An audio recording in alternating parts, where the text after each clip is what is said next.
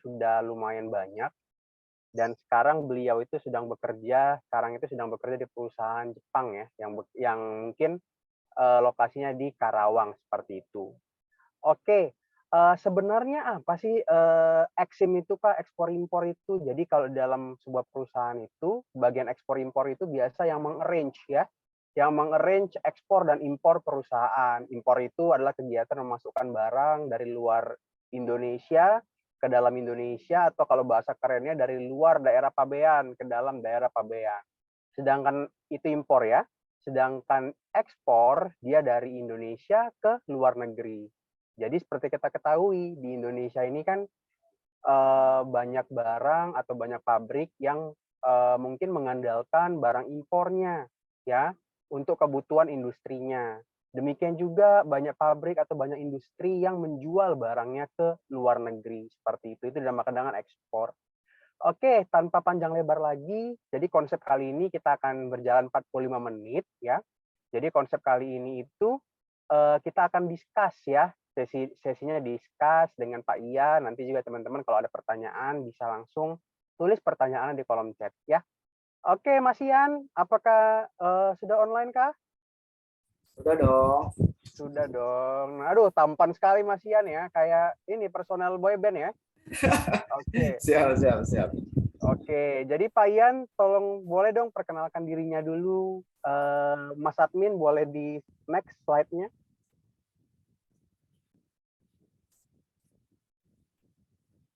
Oke, silakan Mas Ian.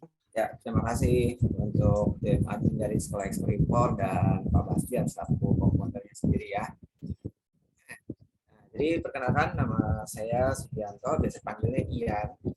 Saat ini saya bekerja di PT Sanahasi Manufaktur Indonesia dan saya juga sama untuk PT Sanahasi Prada Internasional Indonesia. Jadi di Sanahasi ini adalah perusahaan Jepang.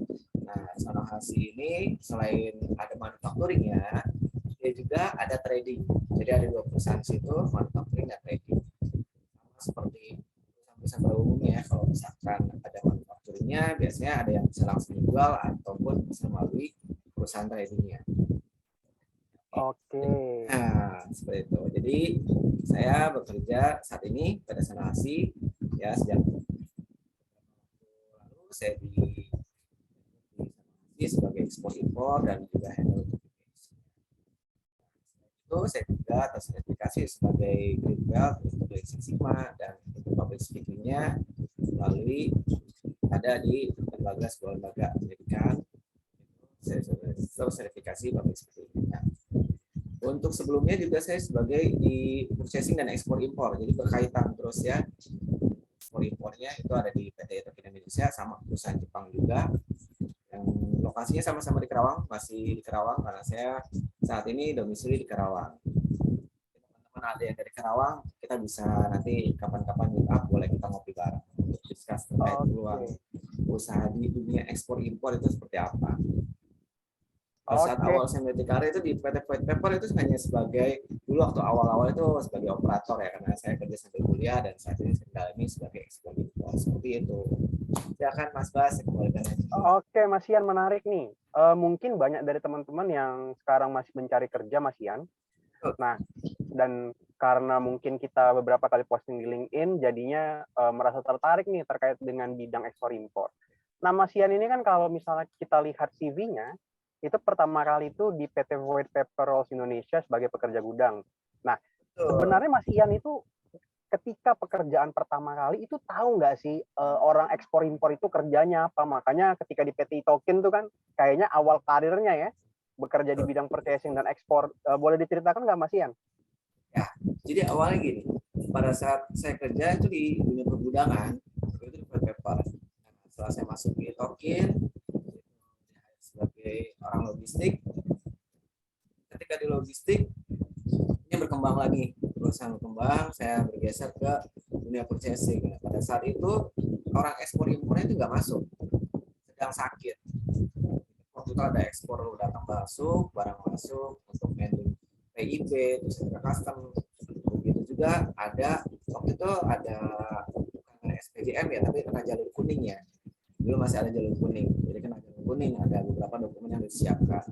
Itu saya handle langsung udah saya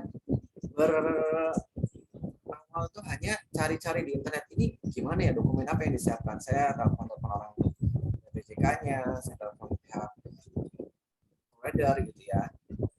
Ya, telepon dokumennya apa aja yang disiapkan, saya cari sendiri, saya buat gitu ya, karena kan ada jalur kuning itu harus ada beberapa dokumen yang disiapkan. Kalau sekarang kan antara jalur hijau atau jalur merah langsung, tidak jalur kuning. Nah, dari situ ketika sudah selesai dan barangnya bisa masuk, bisa keluar, dari situ manajemen melihat, oh bisa nih untuk ekspor impor gitu kan. Jadi setelah seminggu orang itunya masuk, langsung dilimpahkan ke saya. Jadi awalnya itu bisa dibilang ketidaksengajaan untuk masuk ke dunia ekspor impor. Awalnya dilimpahkan, jadi itu saya handle dengan ya, karena saya juga penasaran seperti apa sih ekspor impor gitu kan. Ternyata menarik banget karena banyak proses yang harus dilakukan gitu ya. Ada ekspor lah, ada customnya banyak, ada DO, ada DNP gitu ya. Jadi saya rasa itu menarik gitu. Saya semakin mendalami sampai akhirnya juga saya kursus terkait dengan PPJK. Nah, kalau dulu saya belum mengenal dengan sekolah ekspor impor gitu ya. Kalau misalkan saya tahu ada sekolah ekspor impor, dulu saya kursnya sekolah ekspor impor ini. Ini keren banget, apalagi yang diisi oleh orang-orang muda gitu ya, keren, pemahaman. Jadi akan lebih mudah untuk belajarnya. Dulu saya ikut online dan juga belajar sendiri gitu ya, tidak bisa tanya-tanya saat ini ke pihak trainernya gitu ya. Kalau lewat sekolah ekspor impor kan ada Mas Bastian dan teman-teman yang lain, saya langsung telepon, Mas ini seperti apa ya, kayak begini, oh kayak gini, jadi kita bisa sharing. Nah, itu awalnya seperti itu, Mas. Oke, makasih. Ini kayaknya suara Mas Ian yang kresek-kresek ya, karena Mas Ian masih di klinik ya? Ya, saya lagi numpang online dulu. Oke, jadi ginilah teman-teman, kita walaupun ini free ya, tapi kita juga berusaha untuk meluangkan waktu kita. Saya kebetulan juga masih di tol ini, meluangkan waktu itu untuk sharing-sharing. Nah, dari poin yang dijelaskan oleh Mas Ian tadi itu menarik ya teman-teman. Jadi kalau misalnya teman-teman yang sekarang lagi mencari kerja ya tetap semangat lah ya, jangan berputus asa. Itu bidang XM itu ini ya terbuka untuk teman-teman dari semua kalangan. Buktinya kayak Mas Ian tadi, sebenarnya background-nya mungkin dari kuliah juga Mas Ian ya, bukan jurusan perdagangan internasional kayak gitu, tapi dia bisa masuk kayak gitu ya. Itu peluang bagi teman-teman seperti itu. Dan yang kedua, kerja di XM itu menarik ya Mas Ian ya. Jadi kita bisa invoice itu kan pastinya kalau ketika kita berhubungan dengan pihak luar itu bukan pakai bahasa Indonesia ya, itu pakai bahasa Inggris seperti itu. Nah, jadinya kita bisa tahu apa kemampuan kita dalam berbahasa asing itu bisa terasa, dan kemudian ilmu komunikasi kita, karena ketika kita misalnya bertransaksi dengan pihak luar, kita harus balas email, nerima email, maka etika kita dalam beremail ya itu juga bisa terasa kayak gitu. Etika kita dalam komunikasi juga bisa terasa. Nah, mungkin yang menarik Mas Ian kayak gini, pertanyaan selanjutnya. Admin bisa tukar slide-nya ya. Sekarang itu kan dengar-dengar kabar nih ya, ada resesi 2023 di seluruh dunia ya, apalagi kemarin itu ada kabar bahwa jembatan Crimea yang menghubungkan antara Rusia dan Ukraina itu dibom atau hancur, itu kabarnya ya. Nah, berarti kemungkinan resesi, kondisi global ini untuk mencari kerja makin susah dong Mas Ian. Nah, gimana Mas Ian berpendapat tentang kalau untuk orang eksim ini gimana nih peluangnya ke depan nih Mas, apalagi kondisi global? Silakan Mas Ian. Ya, betul sekali. Ini beberapa waktu yang lalu saya juga sempat baca-baca juga terjadi kelaparan di Inggris. Kita sama-sama tahu bahwa Inggris adalah negara maju ya, negara yang begitu besar dengan ekonomi yang baik gitu ya, ada kurang. Tapi Inggris aja terkena imbas krisis. Bagaimana dengan Indonesia gitu kan? Indonesia pun kita sama-sama tahu nih ada ancaman. Marwin tolong bisa dibantu untuk next slide. Ini ancaman resesinya. Ini menurut Menteri Keuangan, bukan menurut saya ya, tapi menurut Menteri Keuangan Sri Mulyani, negara-negara berpotensi yang mengalami resesi di 2023 tuh justru malah negara-negara yang maju. Tahu Amerika Serikat, Eropa tadi ada Inggris, Inggris.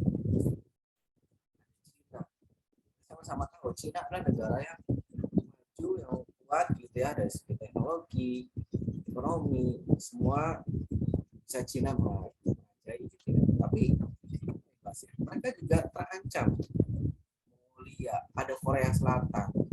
Kita tahu dengan produk unggulan mobilnya sekarang udah digadang-gadang ya untuk sebagai kuda hitam di Indonesia gitu ya. Bahkan perusahaan mobil terbesar pun sudah berhati-hati dengan perusahaan ini gitu ya di Korea Selatan. Tapi justru Korea Selatan sendiri juga mengalami ancaman. Itu halnya dengan Indonesia. Nah, dengan ancaman resesi ini, peluang karir kita di dunia e-commerce itu akan surut, terus kita jadi takut untuk menghadapi kehidupan misalkan ya gitu untuk dunia kerja ini, jangan di eksim deh, di eksim nanti malah repot nih global, atau bahkan teman-teman yang saat ini mencari kerja, waduh bahaya nih kalau eksim terkait dengan luar, enggak seperti itu. Sorry. Terima kasih sudah diingatkan. Bisa next slide, Kak. Nah, tadi kan, apakah berdampak pada eksim? Ini berdasarkan liputan Amukom kemarin ya, saya baca gitu kan, bulan kemarin. Selama pandemi COVID-19 gitu ya, ekspor Indonesia masih mencatat trennya positif. Ya, ekspornya diperkirakan kuat. Ini menurut, sorry, suaranya apa masih oke?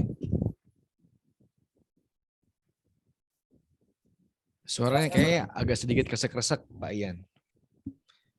Tapi masih kedengaran kok. Saya perlu aktif dulu ya. Jadi kinerja ekspor kita itu masih kuat. Menurut Sri Mulyani ya. Pada saat rapat paripurna ke-24 di gedung DPR kemarin, dia mengatakan seperti itu. Jadi untuk teman-teman, gak usah khawatir nih. Keuangan saja sudah mengatakan seperti itu, kita masih kuat.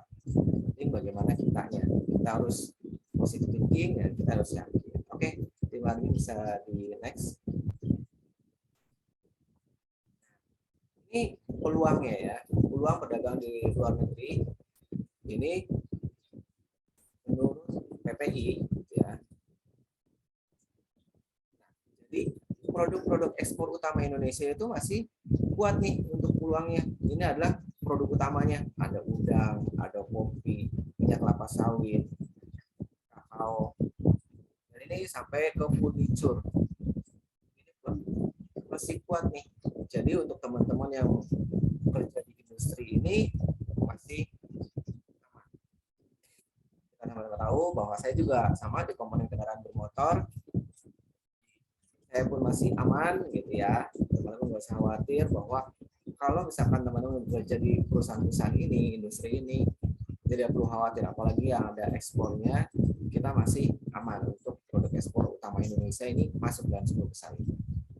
Bisa di next.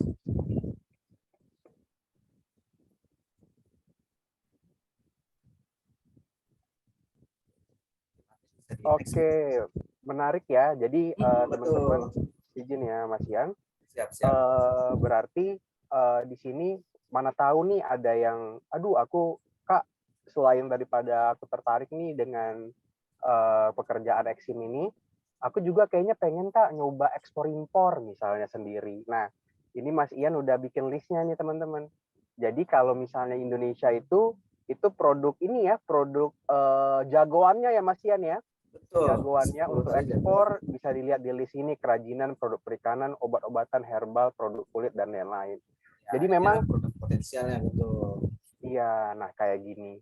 Jadi memang kalau saya sama Mas Ian nih teman-teman, kami ini beberapa kali ketemu lah ya untuk ngurus-ngurus izin. Nah, kami juga kadang-kadang berkelakar nih, Yan, lo kan kerja di impor ekspor, masa nggak pernah nggak pernah ekspor sendiri sih gitu kan? Jadi mana tahu teman-teman juga.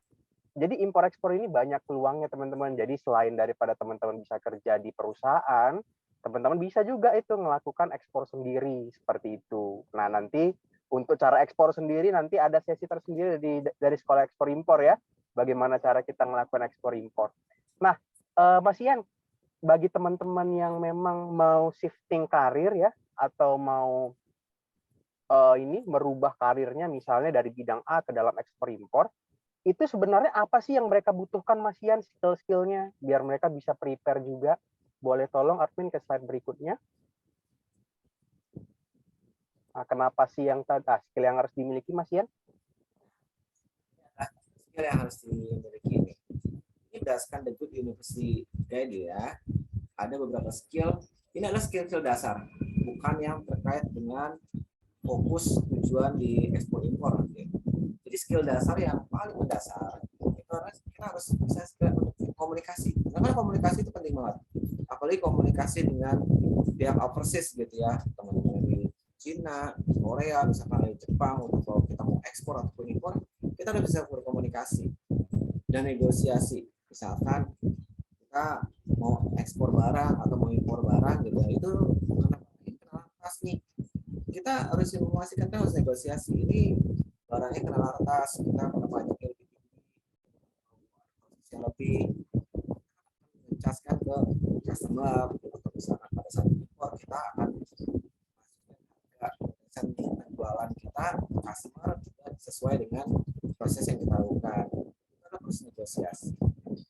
Administrasi dan penelitian tadi, kita harus tahu nih ekspornya apa, kita harus teliti dulu nih barang-barang yang mau diimpor ini itu ada pajaknya berapa persen sih, berapa banyak gitu ya, terus ada dokumen-dokumen apa yang diperlukan, apakah ada harus wajib SNI, itu harus diteliti.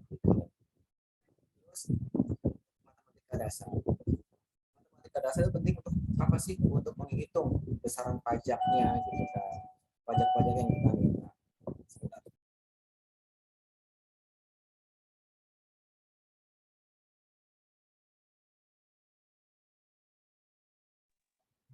Oke, suara Mas Ian nggak kedengaran ya. Ya silakan Mas Ian, lanjut Mas Ian. Sorry, bentar. Ada yang lewat, sorry. Oke, Mas Ian tadi ini dulu aku nambahin ya. Yang pertama tadi Mas Ian udah bercerita tentang skill komunikasi dan negosiasi yang baik. Jadi kalau saya sendiri pribadi kan memang kerjaannya di bidang ekspor impor ya teman-teman.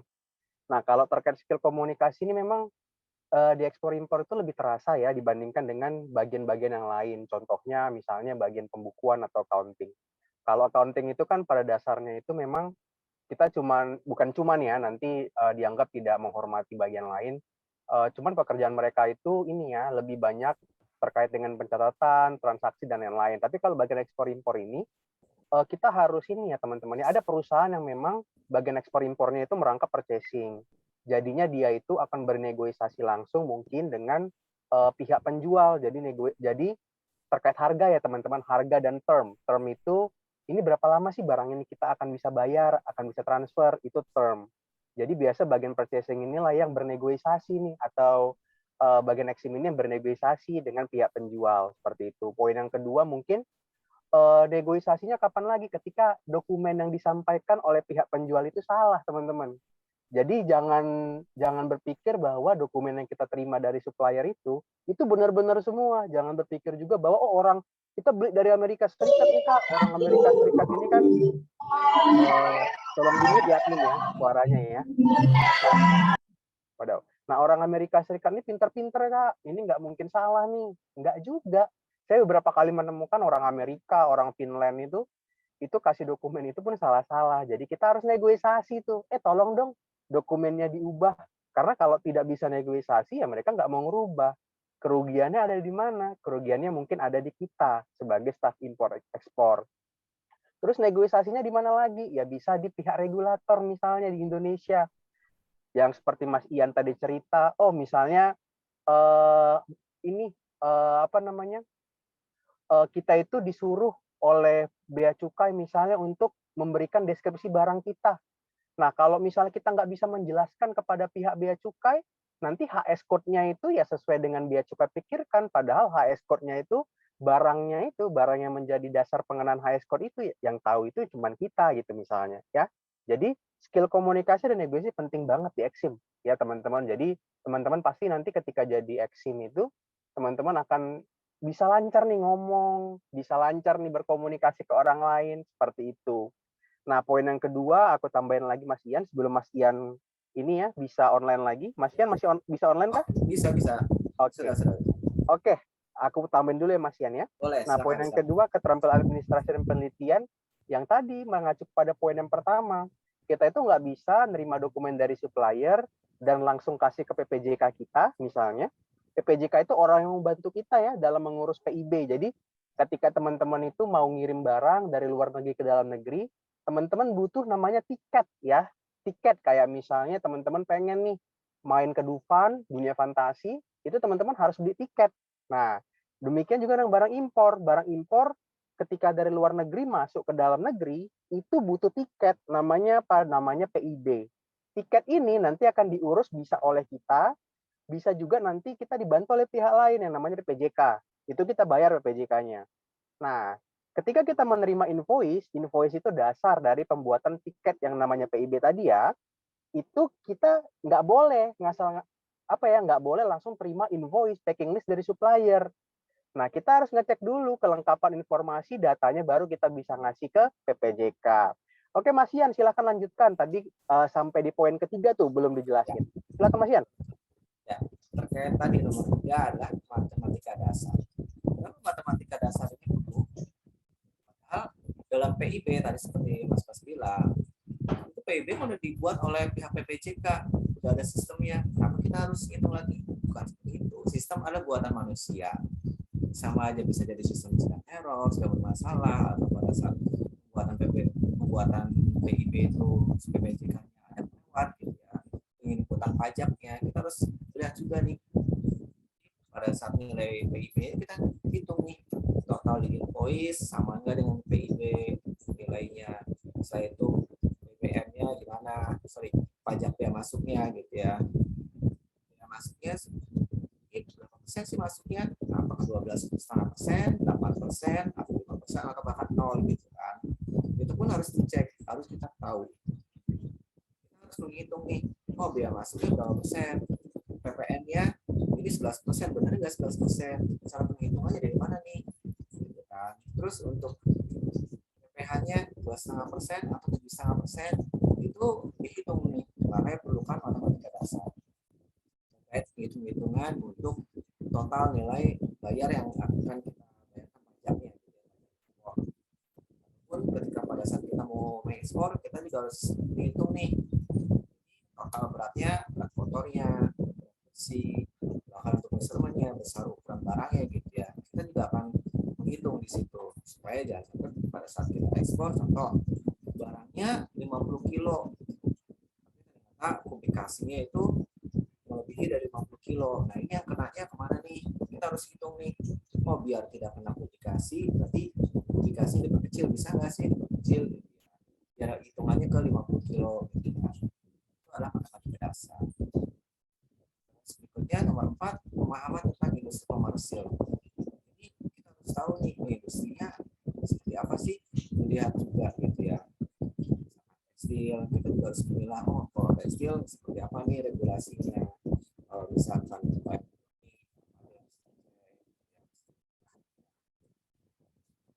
paling terakhir itu adalah terkait dengan penguasaan bahasa asing.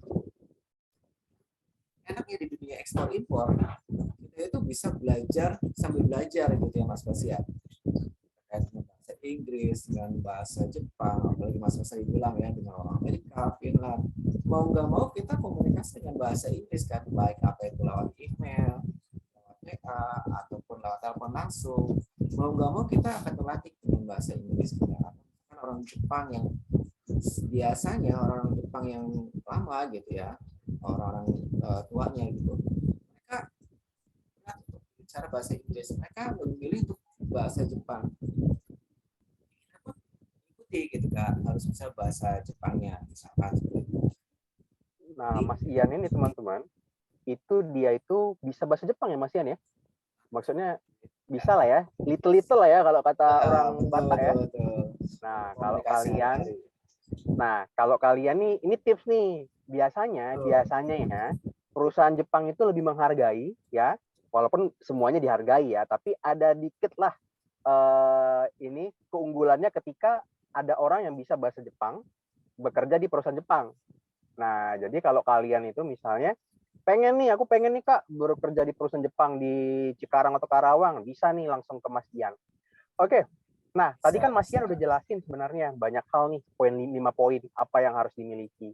Nah, tadi aku coba review lagi di Exim ini atau di ekspor impor itu beda-beda teman-teman ya, beda-beda deskripsi pekerjaannya, tergantung dari besarnya perusahaan. Nah, ada perusahaan yang memang udah tersistem semua nih ekspor impornya, semuanya pakai pihak ketiga. Tapi ada juga perusahaan yang memang membutuhkan peran pegawainya sendiri nih untuk buat PIB-nya sendiri, untuk hitung bea masuk, PPN, PPh-nya sendiri seperti itu. Nah, Mas Ian, menarik. Ini kan kayaknya kompleks nih, ya, kompleks pekerjaannya. Walaupun mungkin tergantung orang masing-masing ya. Nah, Mas Ian ketika terjun pertama kali ya di dalam ekspor impor ini, itu apa sih yang Mas Ian pelajarin sehingga Mas Ian pada suatu titik Mas Ian menguasai apa yang Mas kerjain itu seperti itu. Silakan Mas Ian. Pada saat saya terjun gitu ya, ini saya tuh menanyakan, kan saya dikasih PIB nih untuk ngecek PIB.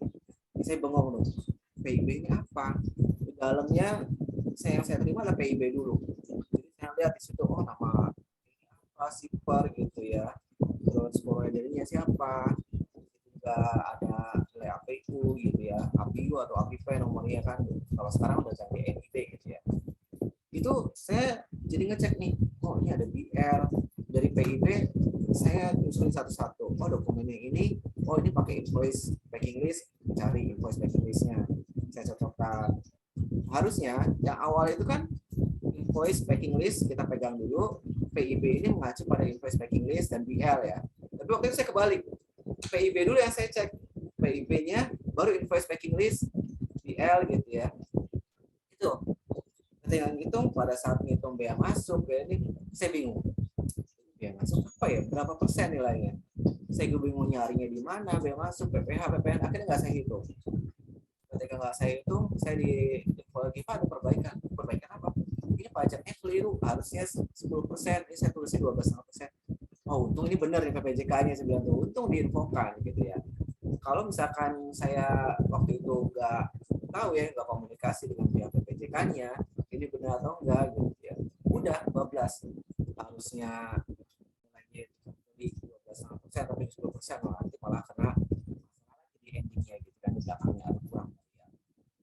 Itu awal saya tuh PIB dulu. Ketika PIB ternyata saya pelajari lagi nih dasar terkait dengan impor gitu, oh ternyata PIB ini dari invoice packing list, dari BL seperti itu. Itu yang awal-awal saya pelajari. Ternyata pemahaman keliru itu ya wajar, kita yang langsung terjun pasti ada kekeliruan. Tapi ingat, kita harus tahu lagi nih teori-teori dasarnya, kita harus belajar, walaupun bisa dibilang apa sih invoice packing list, pasti invoice packing list seperti itu aja kan konsepnya. Betul ya Mas Bas ya? Invoice packing list oh pasti seperti itulah gitu. Lagi BL udah ada ini ya. Tapi kalau misalnya kita tidak paham dalamnya, contoh misalkan satu hal yang mudah aja, ternyata di BL ini measurement-nya atau berat kotornya berbeda dengan invoice packing list. Di PIB juga berbeda. Apakah tidak menjadi masalah? Ya Mas Bas sendiri yang berkaitan dengan dunia ekspor impor, pernah kan mengalami itu? Pasti akan jadi bermasalah kan ya? Betul ya? Iya, ya. Nah, jadi benar nih kata Mas Ian, sebenarnya kalau kita dengar Mas Ian tadi ngomong ya, itu kan bicara tentang apa? Alur dokumen, teman-teman ya. Jadi sebenarnya kalau dalam Exim itu teman-teman harus tahu, ini dokumen invoice, packing list, bill of lading, dan dokumen-dokumen lainnya itu dikeluarkan oleh siapa, dikeluarkan saat kapan, fungsinya untuk apa, dan kalau salah resikonya apa. Seperti itu teman-teman ya. Jadi teman-teman harus paham tentang itu, karena mungkin orang-orang yang biasanya itu ketika orang menerima invoice ya udah langsung aja diteruskan ke PJK-nya gitu. Apa ngecek-ngecek kan itu kan riskan ya, seperti itu. Nah, saya juga nambahin di dalam ekspor impor itu sebenarnya ada 3 titik penting ya. Yang pertama itu kita harus tahu term perjanjiannya apa, itu ada di Incoterms sebenarnya. Nah, yang kedua, kita harus tahu alur dokumennya. Yang ketiga ini itu lebih expert, yaitu kita harus tahu arus uangnya ya. Jadi barang dikirim ke A, ya uangnya biasanya ke A. Ya, itu 3 poin penting. Nah, Mas Ian, kita kan dari tadi kayaknya ngomongnya potensi-potensi atau kenapa harus kerja di Exim bla bla bla. Nah, kita kan harus tahu juga nih tantangan apa sih yang Mas hadapin. Tapi tunggu dulu. Kayaknya tantangan itu ngebuat orang mundur biasanya ya. Mas ceritain dulu dong Mas, keasikannya Mas. Keasikannya ini kerja di Exim itu apa Mas? Selama ini Mas. Aduh, kenapa sih Mas betah-betah aja nih kayaknya nih. Baru terakhir resikonya Mas, apa tantangan yang Mas hadapin? Gini, keasikannya kita kerja di dunia ekspor impor gitu ya. Kita bisa kenal banyak orang. Oh gitu ya, saya kenal dengan Mas Bas. Itu kenalnya tuh di mana? Di Kementerian Perindustrian gitu ya. Langsung ketemunya di Kementerian Perindustrian. Itu kan di sana kita sama-sama sering ngurusin ya di Kementerian Perindustrian, banyak orang di sana. Kita ketemu dengan perusahaan. Kita juga komunikasi dengan pihak kementerian. Gak semua orang bisa loh komunikasi dengan orang-orang di Kementerian Perindustrian, Perdagangan gitu kan. Ketika ditunjuk, tolong lu ke sana, mereka bingung. Ada beberapa teman saya ajak, yuk ikut yuk. Nanti masalah nggak? Nanti masalah, mereka udah takut duluan.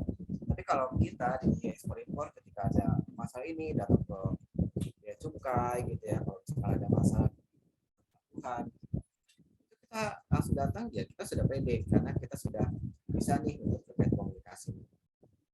Nah, kita bisa masuk ke ranah-ranah yang lain nih, selain dengan orang-orang kementerian perindustrian, perdagangan, juga pelabuhan. Kita tahu pelabuhan Bongkaran ini seperti apa. Kita juga bisa nih untuk misalkan traveling ke negara tujuan. Contoh, kita kan ekspornya ke Malaysia nih. Ketika di sana, ada masalah nih di Malaysianya, kita bisa juga ke sana untuk menyelesaikan, atau pada saat kita survei barang gitu. Karena seperti tadi Mas Bas bilang ya, untuk dunia ekspor impor itu biasanya perusahaan itu jarang yang fokus ekspor impor, kecuali perusahaan besar ya. Perusahaan besar nanti ada bagian impor sendiri, bagian ekspor sendiri. Untuk beberapa perusahaan itu biasanya digabung, ada purchasing ekspor impor, ada PPC ekspor impor gitu ya. Ada juga sales dengan ekspor impor gitu ya. Karena bisa ada sales ekspor impor gitu ya. Teman-teman perusahaannya di providing ya, gitu ya, provider gitu ya, perusahaan jasa PPJK, pelayanan PPJK, jasa ekspor impor gitu ya, perusahaan lain itu mereka sales nih, mereka bisa traveling kasihkannya, juga bisa masuk nih ke ranah industri lain, karena ekspor impor kita berhubungan kapan sih barang itu akan diimpor nih. Misalkan ada LS, kita harus bikin LS-nya, kita harus menghitung kapan nih kapal itu bisa mulai berangkat. Itu dia bisa masuk ke ranah PPAC. Kita bisa tahu harga barang ini, mencari supplier gitu. Itu masuk ke purchasing. Pada saat datang kita harus memikirkan ini tempatnya nanti di mana. Jadi saya melihatnya ini sebuah peluang ketika kita masuk dunia ekspor impor. Itu bukan hanya kita akan ngurusin ekspor impor. Ketika kita mau switch karir seperti tadi Mas Bas bilang, kita bisa masuk nih ke purchasing, ke PPAC, sales pun bisa. Seperti itu sih Mas Bas. Asik ya, kita bisa switch karir sesuai dengan mana nih yang ada peluang gitu ya. Untuk yang gak enaknya, ini mau diceritakan apa nanti dulu? Oke, yang enak-enaknya dulu ya. Ini teman-teman kalau mau nanya, ini kan ada satu pertanyaan nanti dijawab terakhir ya.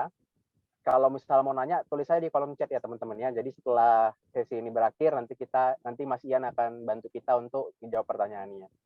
Nah, Mas Ian, tadi kan yang Mas ceritain kan seru-serunya ya. Jadi kita bisa koordinasi dengan pihak lain, pemerintah, even ada kesempatan untuk kita bisa jalan-jalan ke luar negeri ya, seperti itu. Nah, Mas, kita kan kerja ini nyari duit nih ya, bukan nyari kerjaan ya. Jadi ada dua. Jadi kita kerja ya pastinya untuk nyari uang lah ya. Nah, gimana Mas peluang gajinya nih Mas, benefitnya? Apakah sama dengan bagian lain atau lebih besar atau lebih kecil gimana Mas? Wah, ini keuntungan banget nih, karena di dunia ekspor impor bukan hanya masalah gaji ya, tapi kita tuh persaingannya sedikit. Kita sama-sama tahu untuk soal banyak banget untuk engineering pasti banyak, apalagi quality apakah QC apakah QA itu mereka banyak banget. Tapi kalau untuk dunia ekspor impor itu bisa dibilang mengerucut ya sedikit. Semakin kita ekspor kita semakin meruncing. Ya itu kita bisa lebih besar nih untuk gajinya pun kita bisa nego. Staff dengan posisi manager itu kan ada staff, manager bahkan ada GM juga, officer juga dia seorang GM gajinya makasih sih. Nah, saya dibilang seperti itu, kita pun harus ikuti untuk PPJK seperti tadi yang saya katakan. Terus saya juga ikut training ya, ikut sertifikasi PPJK. Nah, ketika sudah dapat sertifikasi PPJK, itu adalah nilai modal penting banget. Walaupun kita nggak punya sertifikasi PPJK, tapi kita paham pun kita sudah ekspor gitu, itu ada nilai lebih di situ, ada value-nya.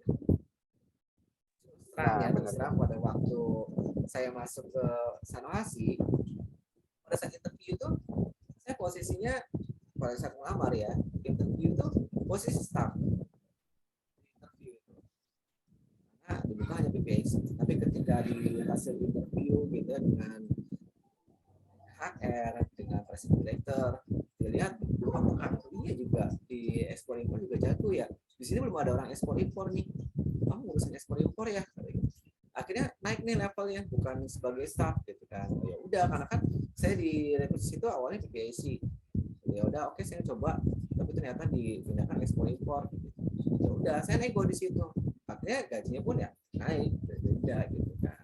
Itu yang saya alami dan ini real terjadi. Belum lagi pada saat di luar misalkan kita bisa jadi nih seperti Mas Bas gitu ya, tolong dong kita mau ekspor nih barang ini, oh iya kita bisa jadi konsultan di situ di luar dari perusahaan. Karena kan untuk menjadi seorang konsultan itu tidak melanggar aturan perusahaan ya, kecuali kalau misalnya kita kerja juga gitu ya, kerja juga di perusahaan lain ya. Contoh seperti Mas Bas ini kan sebagai di sekolah ekspor impor ini berbeda dengan kerja gitu ya, Mas Bas ya. Karena ini pendidikan, pelatihan pendidikan itu diperbolehkan. Oke. Menarik. Jadi di sini yang bisa saya simpulkan sendiri dan yang bisa saya bagi teman-teman adalah gini. Tadi kan Mas Ian bilang bahwa ketika dia masuk ke Sanohasi sekarang, yang dilihat itu memang kompetensi Mas Ian. Nah, beberapa kali saya ngelihat teman-teman ya, no offense ya teman-teman ya, teman-teman ngikutin misalnya kegiatan A, kegiatan B, kegiatan C semuanya untuk dapatkan sertifikat misalnya, ya tujuannya itu gitu. Ya is okay, itu memang dilihat oleh HRD, tapi jangan lupa teman-teman, step kedua setelah HRD itu adalah user. User itu nggak lihat, sebenarnya nggak, menurut saya pribadi ya, user itu nggak terlalu melihat sertifikat, banyaknya sertifikat teman-teman. Kalau saya jadi usernya, yang saya tanya adalah case, ya kasus. Teman-teman menguasai atau enggak, ya. Even kalau saya pribadi ketika ngelihat orang ngomongnya satu kali, saya bisa lihat tuh, ini orang ini kemampuannya sampai mana misalnya kayak gitu. Jadi benar kata Mas Ian, pentingnya kompetensi di bidang Exim ini. Jadi teman-teman mulailah untuk cari tahu banyak hal tentang Exim ini seperti itu. Oh ya, tadi Mas Ian banyak pertanyaan yang masuk. Nah, saya tekankan di sini kita menjawab pertanyaan sesuai dengan topik ya teman-teman ya, topik. Jadi nanti saya akan pilih yang akan dijawab oleh Mas Ian, tetapi sesuai dengan topik kita hari ini ya, bukan nanti kita mohon maaf sekali lagi kita nggak akan menjawab pertanyaan yang out of the topic ya. Kalau out of the topic nanti kita akan ada, teman-teman tinggal tunggu aja topik selanjutnya bisa nanya hal yang sama ya. Jadi nanti kita kasihan nanti narasumbernya ya. Oke Mas Ian, tadi kan Mas Ian udah banyak nih cerita tentang kita nih terkait dengan benefit, terkait dengan skill yang harus kita hadapin. Nah sekarang resikonya nih Mas Ian nih, resiko yang kita hadapi dalam pekerjaan itu sekarang bagaimana nih? Ya kita sekarang masuk ke bagian yang horornya lah ya Mas Ian. Silakan Mas Ian. Tadi horor itu tergantung dari kita. Banyak orang yang berasumsi, contoh hal kecil aja ya, SPJM. Ketika kita mengimpor barang gitu ya, ternyata bea cukai menggunakan SPJM, barang ini masuk jalur merah. Itu juga jadi hal yang menakutkan untuk beberapa orang. Jalur merah nih, bakal dibuka nih, bakal dicek lebih lanjut nih. Apalagi untuk dokumen ekspornya nggak sesuai, yang di dokumen definisi dengan barang berbeda misalkan, itu akan jadi masalah. Ini tergantung dari kita nih melihatnya. Kalau misalkan kita melihatnya sebelum menakutkan, maka jadilah menakutkan, jadilah horor. Kita akan datang nih ke perusahaan, ke pihak bea cukai gitu ya, untuk melihat, oh ini barang kita dihadapkan di situ, kita akan ditanya ini barangnya apa, HS code sesuai atau enggak. Tapi kalau misalnya kita melihatnya, oh ini potensi nih, ini jadi kesempatan untuk belajar nih, kita siapkan dokumen-dokumen, contoh untuk foto barang, sebelum barang, sesuai, kita siapkan dokumen-dokumennya, kita jadikan ini peluang. Kita nggak SPJM ke pihak bea cukai gitu ya, barang dicek, dicek dari tanya-tanya. Kalau misalkan ada masalah, kita tanyakan kenapa. Misalkan, oh jika di SPJM gitu ya, oleh bea cukai menentukan, oh ini HS code nggak sesuai, berbeda dengan yang diinfokan. Satu contoh misalkan, yang kita impor adalah koil, gulungan koil, yang mana HS code itu adalah kepala besarnya itu 72 sekian gitu ya. Kita masukannya 87 gitu ya untuk kendaraan, peralatannya. Itu kan sudah berbeda, sudah salah. Tinggal bagaimana kita menghadapinya. Memang menakutkan, kita akan ditanya banyak hal. Kita juga akan kena potensi reekspor gitu. Barang itu akan dikembalikan ke negara asal. Itu saya akan bilang, kok bisa sih reekspor gitu? Karena nilainya bukan hal kecil, besar. Jadi kalau misalkan HSP-nya tidak sesuai, itu selain kena ekspor, kita juga akan kena denda administrasi. Bahkan ada pidana pun di situ mengancam. Mas Bas ya, ada pidananya juga. Jadi itu kita harus hati-hati terkait dengan ekspor.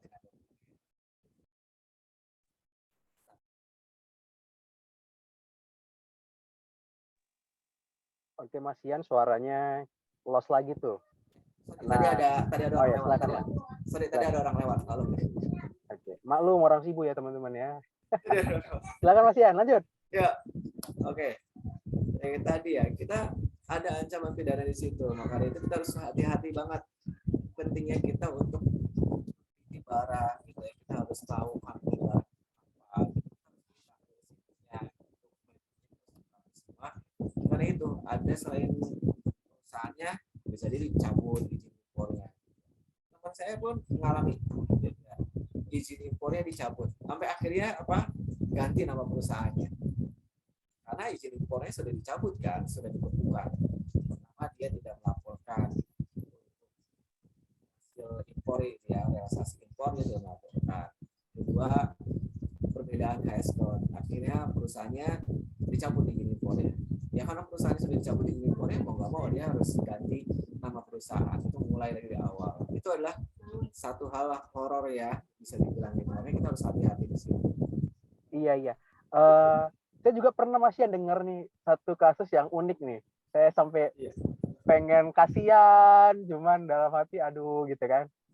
Jadi tadi kan Masnya udah cerita nih tentang resiko-resikonya. Memang apa yang kita buat itu, ketika ada apa-apa dengan impor ekspor, even kita cuma ngecek dokumen misalnya Mas Ian ya, itu ya kita yang kena gitu. Jadi ada satu mbak-mbak ya, saya lihatnya kayaknya di LinkedIn deh kayaknya.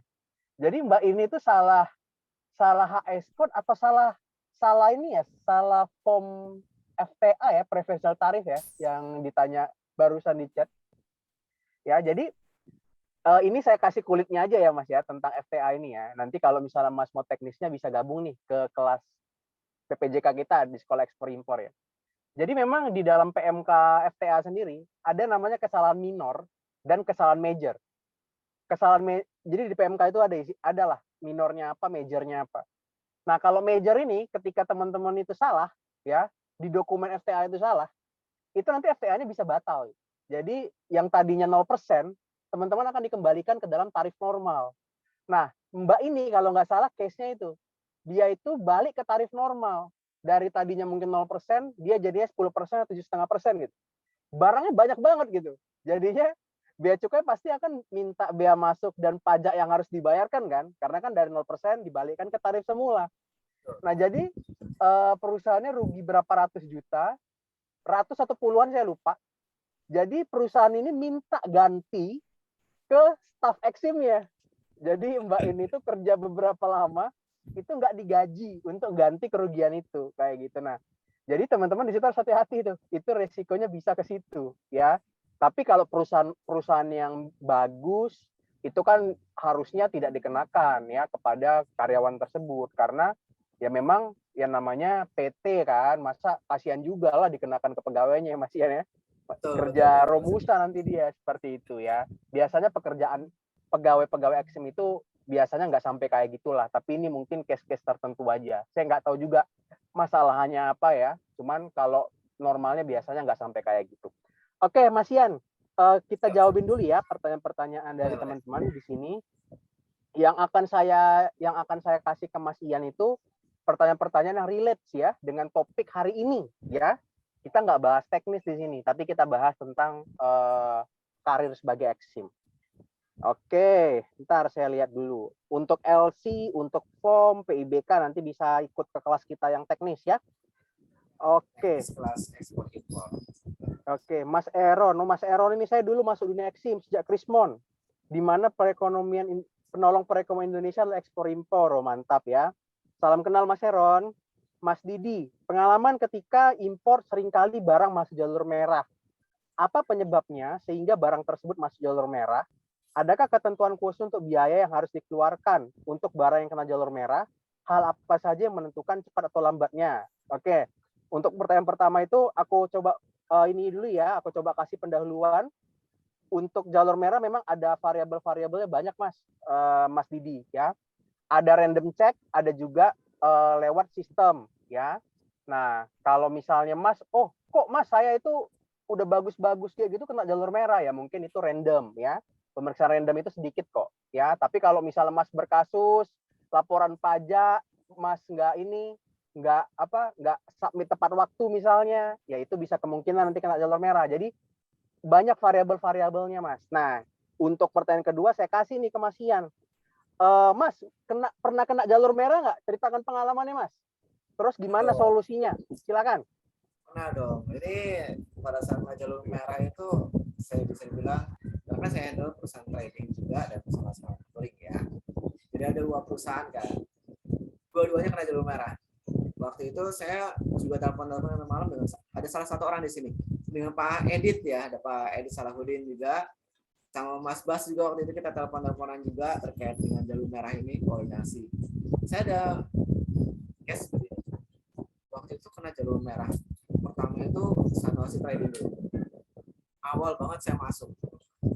Saya baru masuk hari pertama, siangnya diinfokan oleh manajemen. Siang bisa langsung kerja kan? Ya, sudah kerja di sini. Itu hari pertama kali. Enggak, ini ada SPJM. SPJM. Yang mana? Langsung ditelusuri kan semua dokumen-dokumennya, permintaannya apa gitu ya. Oh, dilihat ternyata SPJM dikirim dulu nih semua dokumen-dokumennya. Karena waktu itu barangnya sudah dibongkar ya, jadi kita nggak bisa datang ke sana, nggak bisa datang ke pelabuhan untuk kita mendampingi gitu ya, memberikan informasi ke pihak bea cukai. Jadi salah satu tipsnya adalah pada saat kena SPJM, pastikan kita hadir. Kalau misalkan kita bukan yang nggak percaya sama pihak provider, bukan ya, tapi kita memastikan nih pihak provider yakin bener nggak nih, bener maksudnya itu paham terkait produk yang kita miliki, dokumen-dokumen yang kita miliki, mereka paham apa enggak. Kalau misalkan mereka ragu-ragu, dokumennya apa, ini kegunaan barangnya apa, karena kita akan ditanya nih kegunaan barang itu apa, fungsinya untuk apa, contoh barangnya seperti apa, nanti kalau udah dirakit jadinya seperti apa. Untuk itu pastikan kita hadir ke sana. Jangan Jangan sampai kita nggak hadir. Kalau misalkan kita nggak hadir, ya udah resikonya berdasarkan dokumentasi dan berdasarkan hasil dari bea cukai. Itu barangnya dicek di laboratorium. Sampai cek laboratoriumnya, dilihat untuk kandungan barangnya. Jadi barang yang kita impor itu dilihat nih, oh ternyata barangnya terkait dengan besi baja. Memang barang itu besi baja. Tapi waktu itu saya masukkan ekspor. Yang beda nih ekspornya. Kita negosiasi nih, kita kirim dokumen-dokumennya, tolak. Terus bikin surat penolakan. Mereka bisa penolakan. Ini kita banding. Kita ada nih potensi untuk banding. Waktu itu juga Mas Bas juga pernah melakukan banding ya. Kita negosiasi. Itulah pentingnya negosiasi. Kita banding nih bahwa ekspor ini adalah benar. Ekspor ini adalah benar tidak salah. Karena waktu itu pihak bea cukai mengatakan ekspor ini salah. Ya. Bukan ekspor yang sesuai. Kita bisa banding di situ. Banding untuk melakukan proses berikutnya. Oh ini kita jelaskan semua. Akhirnya barang itu bisa masuk, bisa keluar. Hasil banding kita dikabulkan. Sama seperti Mas Bas kemarin ya, dikabulkan ya Mas Bas ya. Benar. Jadi memang sesuai dengan Mas Ian bilang, memang Pak Mas Didi aja lah ya Pak, Mas ya maaf, biar lebih akrab. Jadi memang kalau untuk biaya itu nggak ada ya Mas Ian ya, kecuali memang Mas Didi nanti pakai PPJK ya Mas Ian ya. Kalau di PPJK dia bedain memang jalur hijau berapa, jalur merah berapa, Mas. Tapi kalau untuk pemerintah sendiri dia nggak kena kok ya. Jadi kalau dibilang slogannya lebih baik, bea cukai ya memang lebih baik, Mas. Jadi memang nggak mungkin sekarang itu lebih baik banget lah, nggak ada uang-uang kayak gitu ya. Secara ini ya. Nah, terus tadi benar juga kata Mas Ian itu, Mas Ian sampaikan ya Mas, saya coba mengulangin. Memang dokumennya memang harus selengkap-lengkapnya ketika diminta ya. Nanti akan diinfoin juga oleh bea cukai kapan dilakukan pemeriksaan fisiknya. Kayak gitu ya. Kayak gitu ya, benar ya Mas Ian ya? Betul. Pemeriksaan fisiknya. Iya. Kapan pemeriksaan fisiknya kapan? Nah, kalau kita tidak bisa datang, kita akan diwakili oleh pihak provider, orang yang kita tunjuk gitu kan. Benar. Paling biaya pun nanti kenanya di PPJK atau biaya storage-nya ya. Storage-nya bisa lebih mahal ya. Karena barangnya kan ketahan lebih lama itu di lebih lama pasti membengkak ya. Tapi jauh lebih baik bayar storage kan daripada harus diekspor gitu kan. Belum lagi kita akan menjelaskan ke pihak yang eksportir ya, pihak pengirim itu ini barangnya ini kenapa balik lagi, mereka akan bertanya-tanya biayanya gitu keluar. Nah, saya kebetulan ini beberapa kali sering lah ya diskusi dengan Mas Ian ini, bapak-bapak, ibu-ibu semua ya. Jadi memang kalau kita di Eksim ini kita harus banyak teman sih. Ya jangan nganggap diri kita pintar sendiri gitu. Nanti akan susah ya. Even saya pun ya, saya kan dulu sebelum bekerja di swasta itu kan kerja sebagai bea cukai itu. Nah, saya juga nyari teman, salah satunya Mas Ian. Nah, Mas Ian ini pernah cerita nih hal yang menarik nih. Barangnya kena lartas tuh Mas Ian ya, yang PI besi bajanya habis tuh. Itu yang mau saya ceritakan yang di manufacturing. Kalau tadi kan perusahaan trading. Nah, manufacturing juga punya SPJM. Jadi saya sharing ya. Kita udah ngajuin PI. PI ini rilisnya itu tanggal 29. Tepat tanggal 29 pagi. Jadi barangnya itu datangnya itu tanggal 28. Sudah nyampe BC 1111 ini udah keluar itu tanggal 28. Barang nyampe standar ke pelabuhan kalau nggak salah tanggal 27 atau tanggal 28 paginya gitu ya. Terus ini itu udah kena BC 11. Langsung ditolak SPJM. Wah, SPJM. Kenapa? Saya kan kaget juga. Kalau ini langsung disubmit ya PIB-nya. Sampai, oh ini udah disubmit. Disubmit.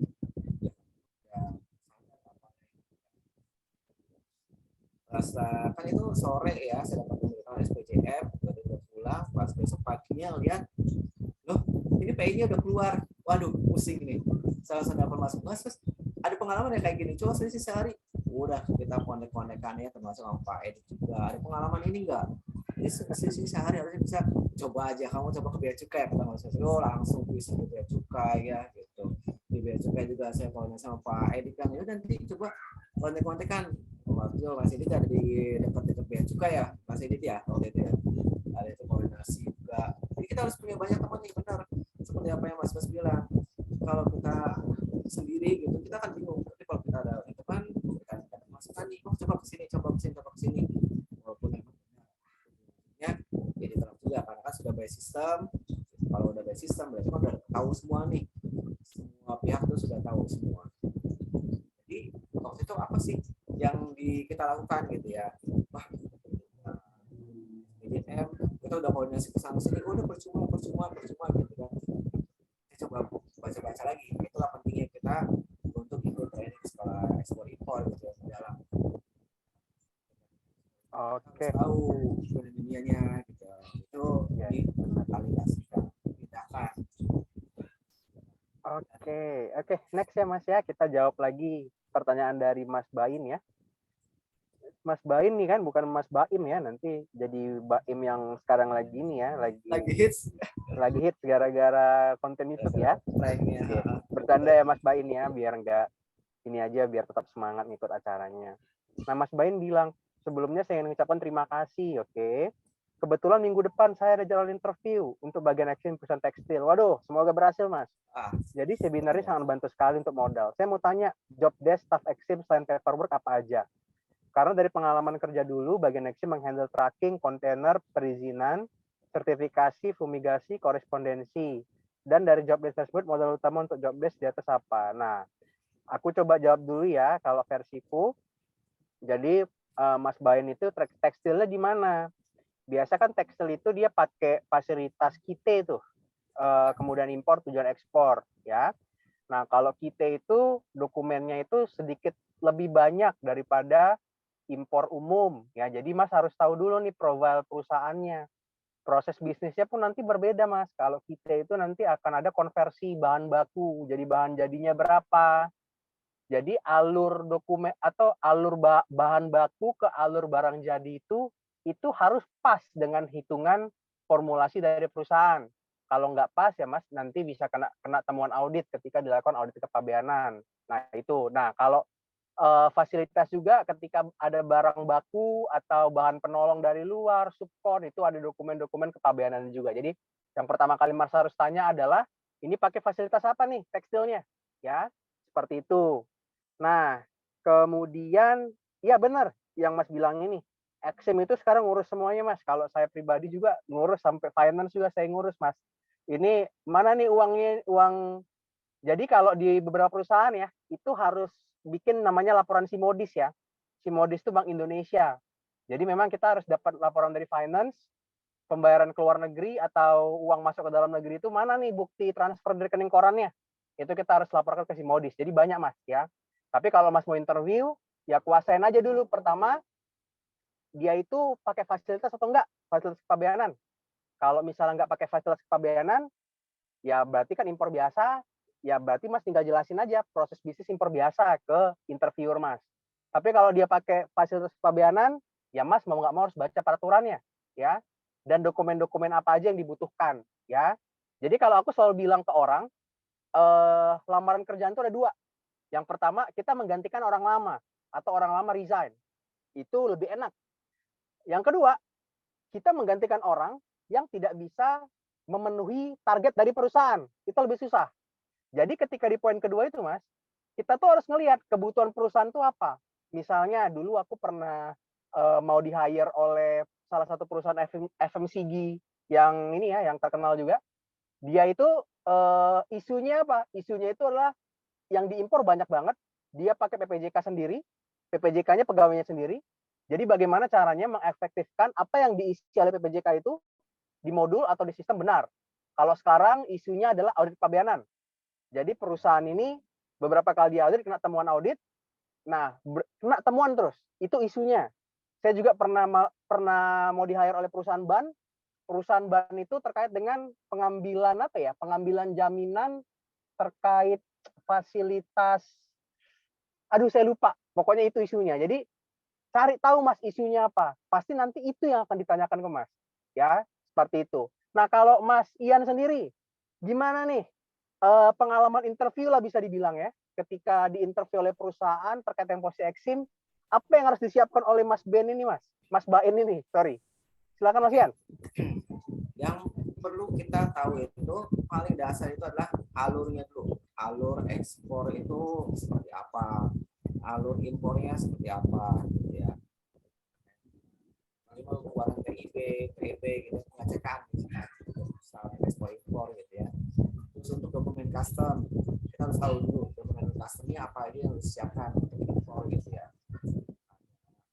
Kuasanya, absah dokumen sampai DNP gitu.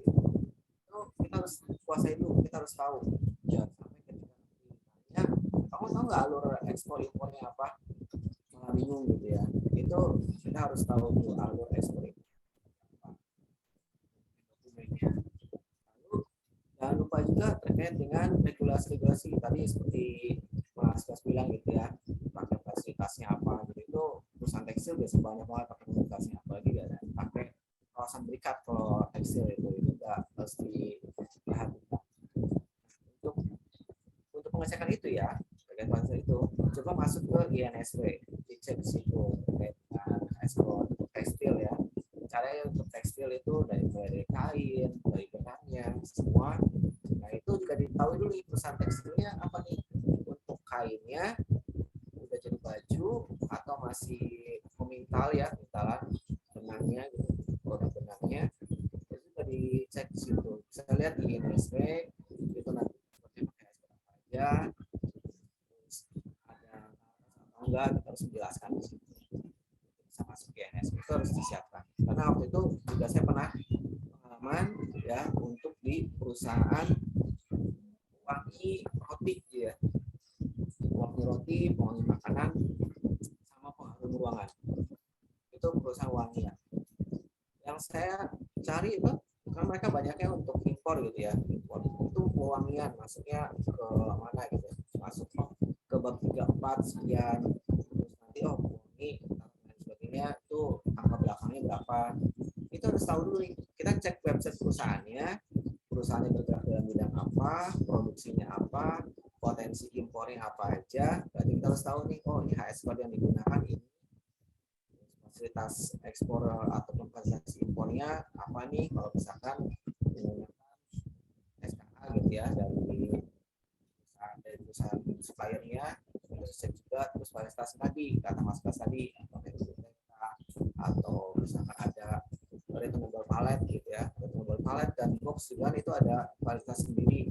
Pada saat kita kirim barang menggunakan pallet, dan pada saat pallet itu balik itu kan kita harus for paletnya gitu ya, biar nggak kena bea masuk yang lain gitu kan.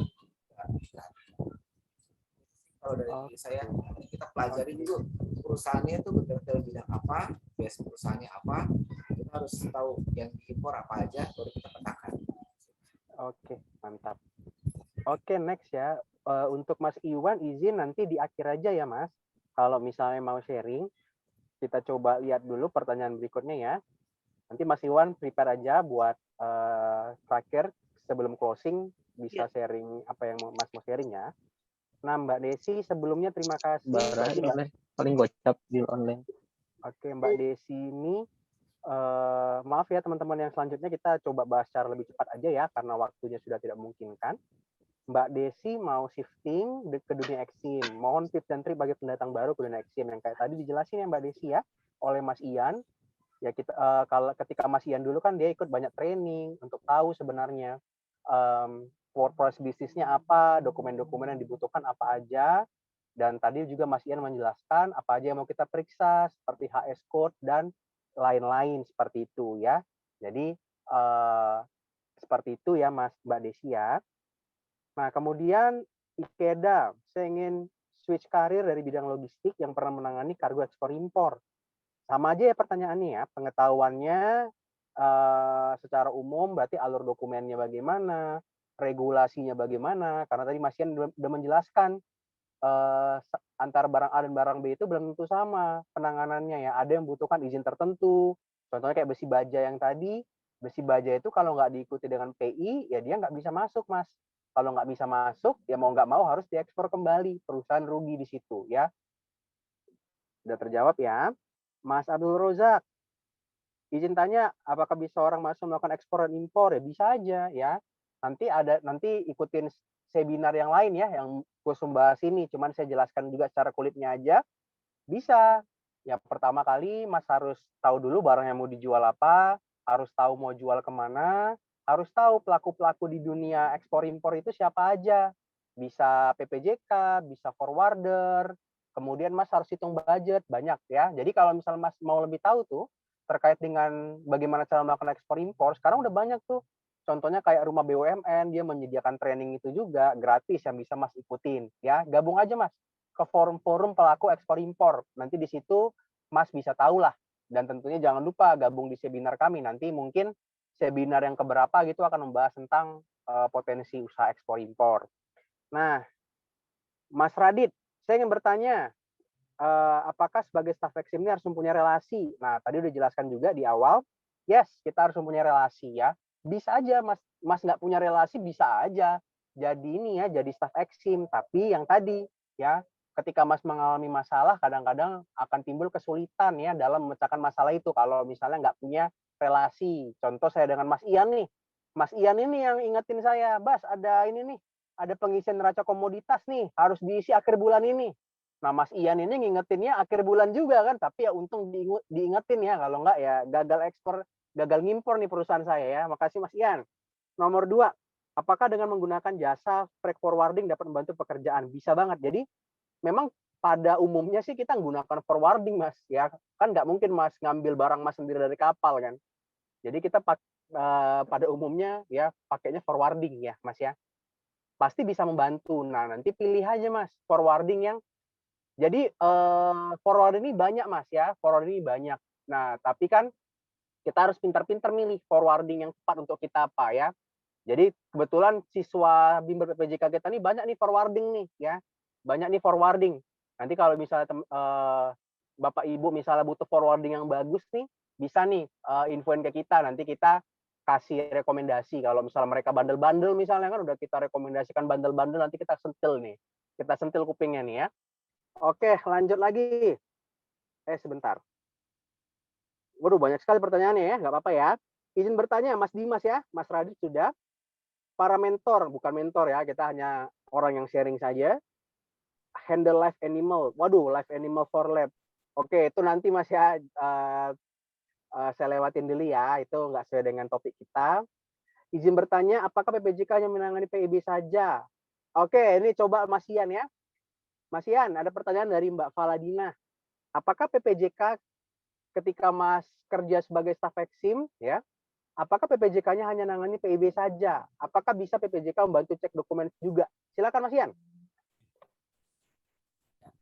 Kalau untuk PPJK, kan kebetulan saya menggunakan jasa provider juga tadi ya. Jadi pihak PPJK akan membuat PIB sesuai dengan dokumen yang kita kirim, yang akan kita kasihkan, apakah itu PIB atau PIB, gitu ya.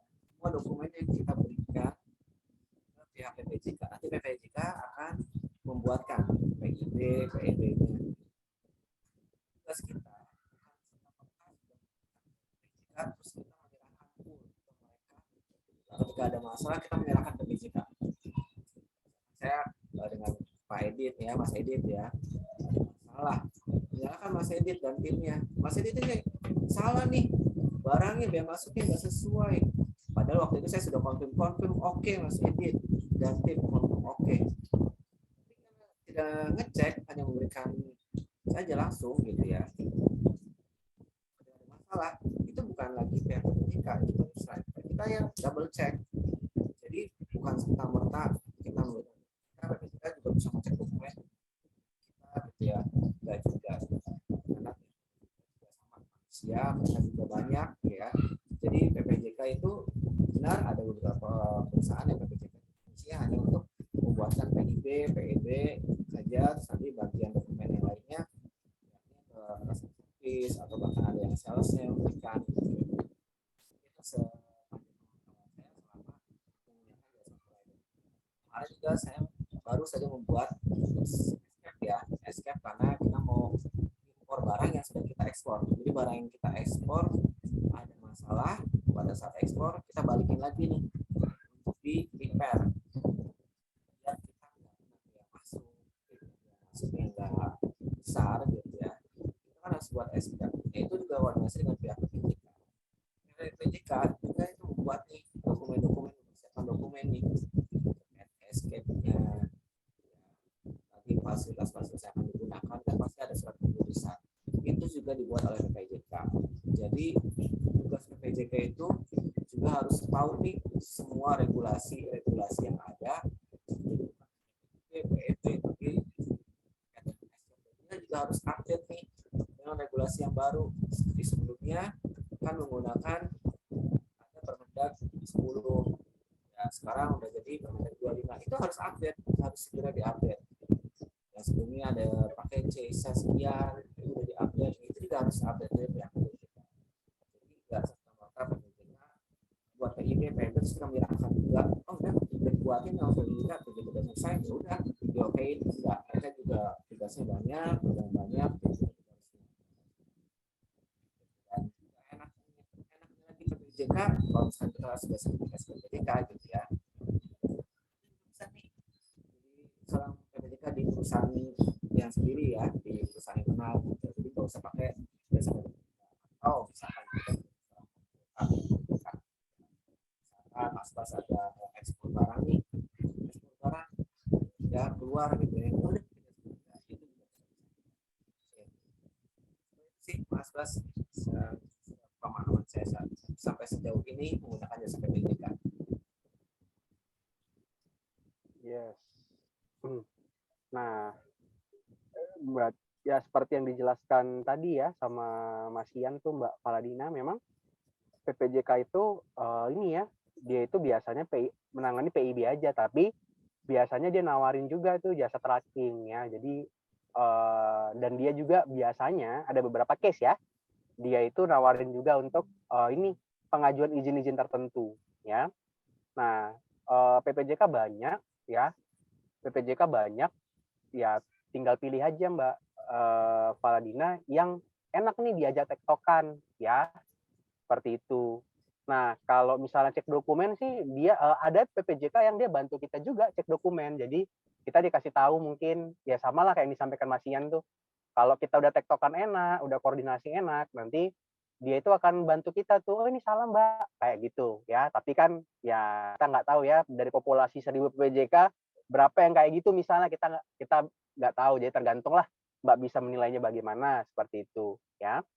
Nah, berarti Mbak Faladina sudah ya, sudah terjawab ya. Tapi ingat ya Mbak Faladina ya, responsibility kesalahan PIB terakhir nanti ada di import tetap ya, import ya. Karena nanti kita yang akan submit ya. Bukan, kita yang akan approve dia buat submit ya, kayak gitu ya. Jadi nggak bisa kita ngelempar tanggung jawab juga ya. Oke, Mas Ian, kita lanjut ya. Mas Dede lah dulu ya, Mas Dede ini bertanya langsung boleh, tapi sesuai dengan topik ya. Oh ya, teman-teman, selagi Mas Dede bersiap-siap nanya langsung nih, nanti di sesi terakhir nih 10.30 mungkin ya, itu ada seksi lagi, ada sesi games ya, ada sesi games oleh teman-teman dari Sekolah Ekspor Impor ya. Nanti ada hadiahnya kayaknya nih ya, bagi hadiah atau prize hunter bisa mempersiapkan diri, jangan langsung keluar ya. Nanti juga setelah sesi ini, sesi bagi-bagi hadiah ya, itu nanti kita ada sesi foto bareng ya. Jadi teman-teman jangan keluar dulu ya, tetap stay aja, sebentar lagi kita sudah selesai kok. Ya, bisa kembali melanjutkan aktivitasnya masing-masing. Mas Dede silakan, kalau mau bertanya langsung, waktu dan tempat dipersilahkan. Ya, selamat pagi, Mas. Saya panggilnya Mas Bastian aja ya. Mas Bastian dan Mas Ian, Ya, Mas ya. Mas. Ya. Terima kasih, ya, sangat bermanfaat sekali ya. Apalagi kita semua sama-sama eksimer lah gitu kan. Seperti itu. Kebetulan saya tinggal di Cimahi di Jawa Barat gitu kan. Saya langsung saja. Tadi Mas Ian dan Mas Bastian pernah singgung masalah SPJM ya. Kebetulan saya juga mengalami yang namanya SPJM gitu kan. Walaupun ini kan sempat tersinggung lah, walaupun topiknya bukan SPJM gitu kan. Pertanyaan saya satu, berapa lama ya Pak PPD untuk melakukan keputusan SPPB / SPJM? Dan saya itu udah melakukan komunikasi via chat BC atau PPD dan segala macam, belum ada respon gitu kan.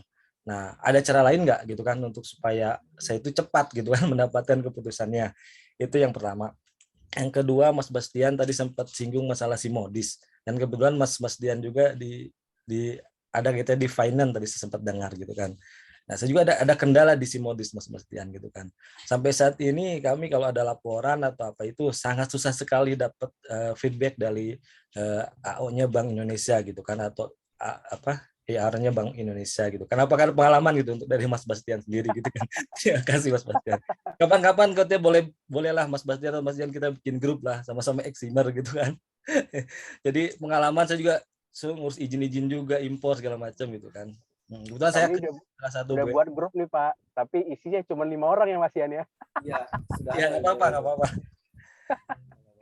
Oke, itu aja Perkenalkan kan Pak. saya sih Dede Mulyadi dari Cimahi. Saya bekerja di salah satu BUMN di Bandung gitu kan. Oke.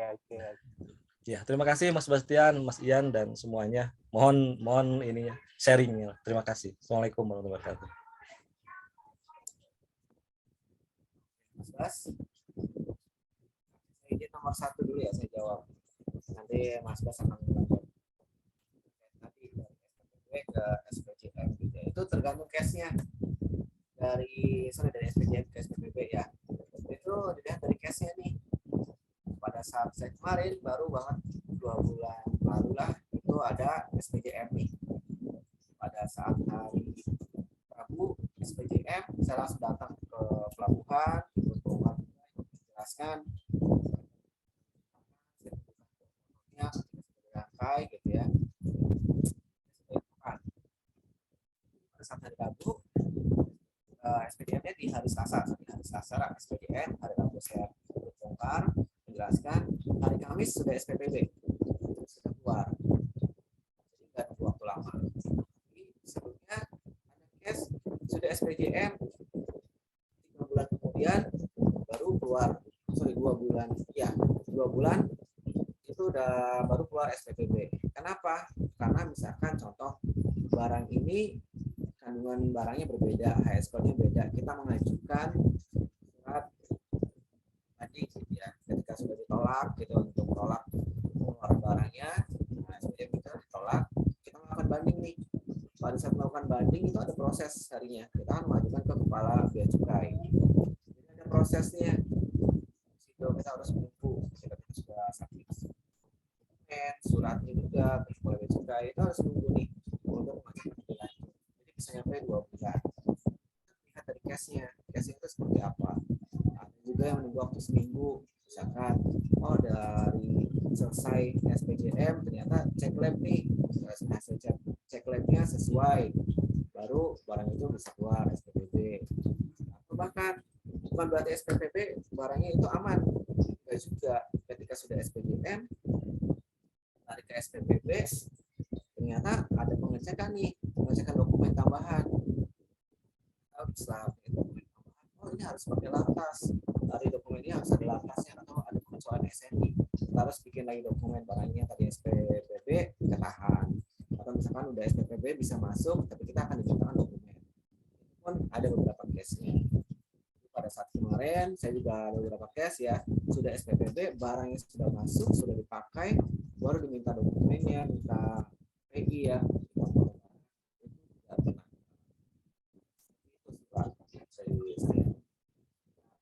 terkait yang simodis gitu ya. Kebetulan kalau saya tidak simulan finance, yang simodis tadi ke finance.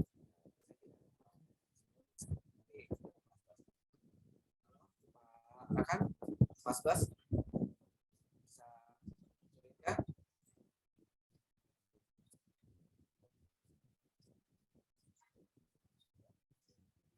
penjelasan tadi Pak Mulyadi ya, apakah sudah ini bisa dimengerti Ya, SPJM ke SPPB?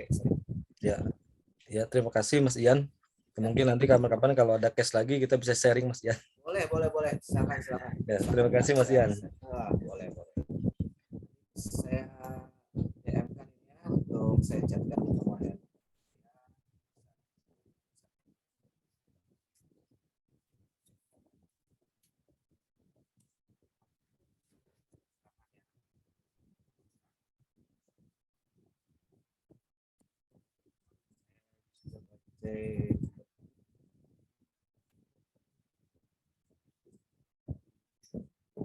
Voucher, sedang mempersiapkan vouchernya dulu nih. Ada yang berhasil, sudah masuk, terima. Amin, semoga lulus ya.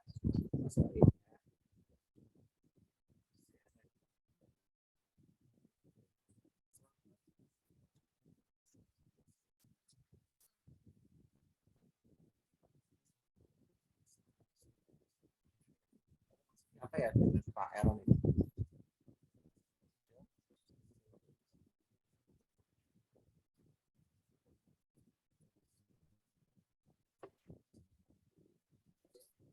Ini suara Mas Ian terganggu ya? Sorry, aku baru gabung lagi. Mas sudah join kah? Sudah, sorry Mas. Aduh, beginilah kalau webinar di tengah tol kan. Tiba-tiba handphone yang jadi modem mati kan. Oke, aku coba nambahin dulu ya bentar ya Mas ya. Sama ke Mas Dede ya. Untuk ini ya, untuk sisi modis ya. Ya, kalau si modis pengalaman di modis Mas Bas, tolong. Ya, coba ya. Kalau si modis itu memang ya begitulah Mas, memang kendalanya itu. Jadi memang kuncinya itu harus dikejar terus Mas. Kalau aku sih memang si orang yang ini ya, orang yang ditugaskan untuk mewakili perusahaan kita itu memang aku kejar terus sampai pernah suatu masa itu kami itu Zoom atau Teams bareng ya, kami itu fit call bareng. Karena memang ada transaksi yang contohnya ini kalau di perusahaan kami ya Mas, kami itu ketika ngekspor itu uangnya nggak keluar gitu. Karena ngekspor itu cuma balikin aja, balikin barang yang udah stok lama atau ada barang reject, kami ekspor kayak gitu. Untuk impor juga, impor itu kami tidak membayar satu barang langsung bayar ke luar negeri, enggak. Tapi sistem netting. Netting itu ada penghasilan, di net dengan pengeluaran, nanti di akhir bulan dibayar. Nah itu kan di dalam website BI kan kita harus terangin tuh ya, kalau sistem kayak gitu. Jadi ada satu ketika di mana saya ajak tuh pihak yang mewakili kita atau pihak yang membantu kita di BI tersebut itu untuk Zoom bareng. Nah tapi awal-awalnya biasa, Pak ngopi lah kita Pak, atau saya ke BI lah Pak, pengen belajar banyak nih ya, kayak gitu-gitu aja Mas, mau gimana lagi kan. Nah pada ujungnya dia mau diajak Zoom bareng berdua ya, seperti itu sih Mas kalau pengalaman saya dengan si modis. Ini aja saya lagi mau submit lagi nih. Kayak gitu. Oke, Iya, Pak. lanjut. Ya, terima kasih Pak Bastian. Terima kasih. Iya Mas, harus kejar bola memang Mas, mau nggak mau. Ya Saya nih, udah alamin kok. saya ajak ngopi belum berhasil ya Mas Bastian. Nggak apa-apa Mas, atau kalau misalnya ini langsung kirim aja surat. Kalau nggak salah kan ke Direktorat Ekspor atau apa ya, lupa saya. Kalau saya di ke situ. Kirim aja surat. Kalau saya di DPI nih Mas. DPI. Ya sama DPI ya. DPI ya. Mas bilang aja Pak, kalau misalnya belum ada ini, saya kirim surat aja ya ke BI. Takutnya kan nanti Mas kena peraturan yang kan sanksinya itu kan nggak boleh impornya di stop kan, kalau nggak ngelapor kan. Saya udah dapat surat malah. Teguran keberapa Mas? Saya udah teguran 2. Tapi saya lagi intent komunikasi nih via email nih sama O-nya ya di BI. Iya. Saya sebisa mungkin saya sih pengen ketemu gitu kan. Jadi permasalahannya di mana? Kita kan sering submit, kita sering matching gitu kan, tapi masih aja kena teguran gitu kan. Iya benar. Mereka sih jawabnya by system katanya, tapi ya saya juga kurang tahu nih sistemnya yang mana gitu. Iya. Kalau yang saya tangkap sih nanti aja lah Mas di chat ya. Siap. Nanti kita sharing. Nanti. Iya, siap Mas. Ya terima kasih ya. Ya siap Mas. Oke, Mas Ian lanjut Mas. Tadi menjelaskan yang terpotong tadi. Tadi yang SPPB ke SPPM ke SPPB yaitu dilihat dari case-nya, tergantung case-nya beda-beda. Saya juga ada yang sehari setelah bongkar langsung keluar SPP, ada 2 bulan setelah SPPM ya, 2 bulan karena menunggu hasil keputusan, itu pun ada seminggu karena menunggu hasil lab pengecekan masukin barang sesuaian, itu pun ada, semuanya saya pernah alami. Jadi dari case-nya. Kalau untuk gimana lebih cepat atau misalkan ya untuk kita main itu lebih baik jangan ya seperti tadi sistemnya kan sudah pakai by system, jadi sebisa mungkin sudah kita ikuti sistemnya, jangan bos atau pakai jalur-jalur yang membahayakan di kita sendiri. Kalau kita kena OTT kan repot sendiri, lebih baik hindari dulu. Oke, aman ya. Oke, terima kasih Mas Yan. Nah, pertanyaan terakhir ya. Ya harus banyak sabar Mas Heron. Oh, Mas Yan ada mau lanjut lagi kah? Enggak kedengaran Mas suaranya. Edit yang raise hand. Oh iya, Mas Edit, silakan ya Mas Edit. Silakan, Ya. Mas Edit. Ya, oke Pak. Selamat pagi teman-teman semua. Terima kasih semuanya. Waduh, luar biasa sekali acara di pagi hari ini ya Pak Bastian ya. Dan Pak Ian. Dan ini juga Pak Ian adalah salah satu kawan saya juga, ya kan, partner saya juga, mana saya sedang kesusahan juga saya sharing dengan beliau perihal apapun.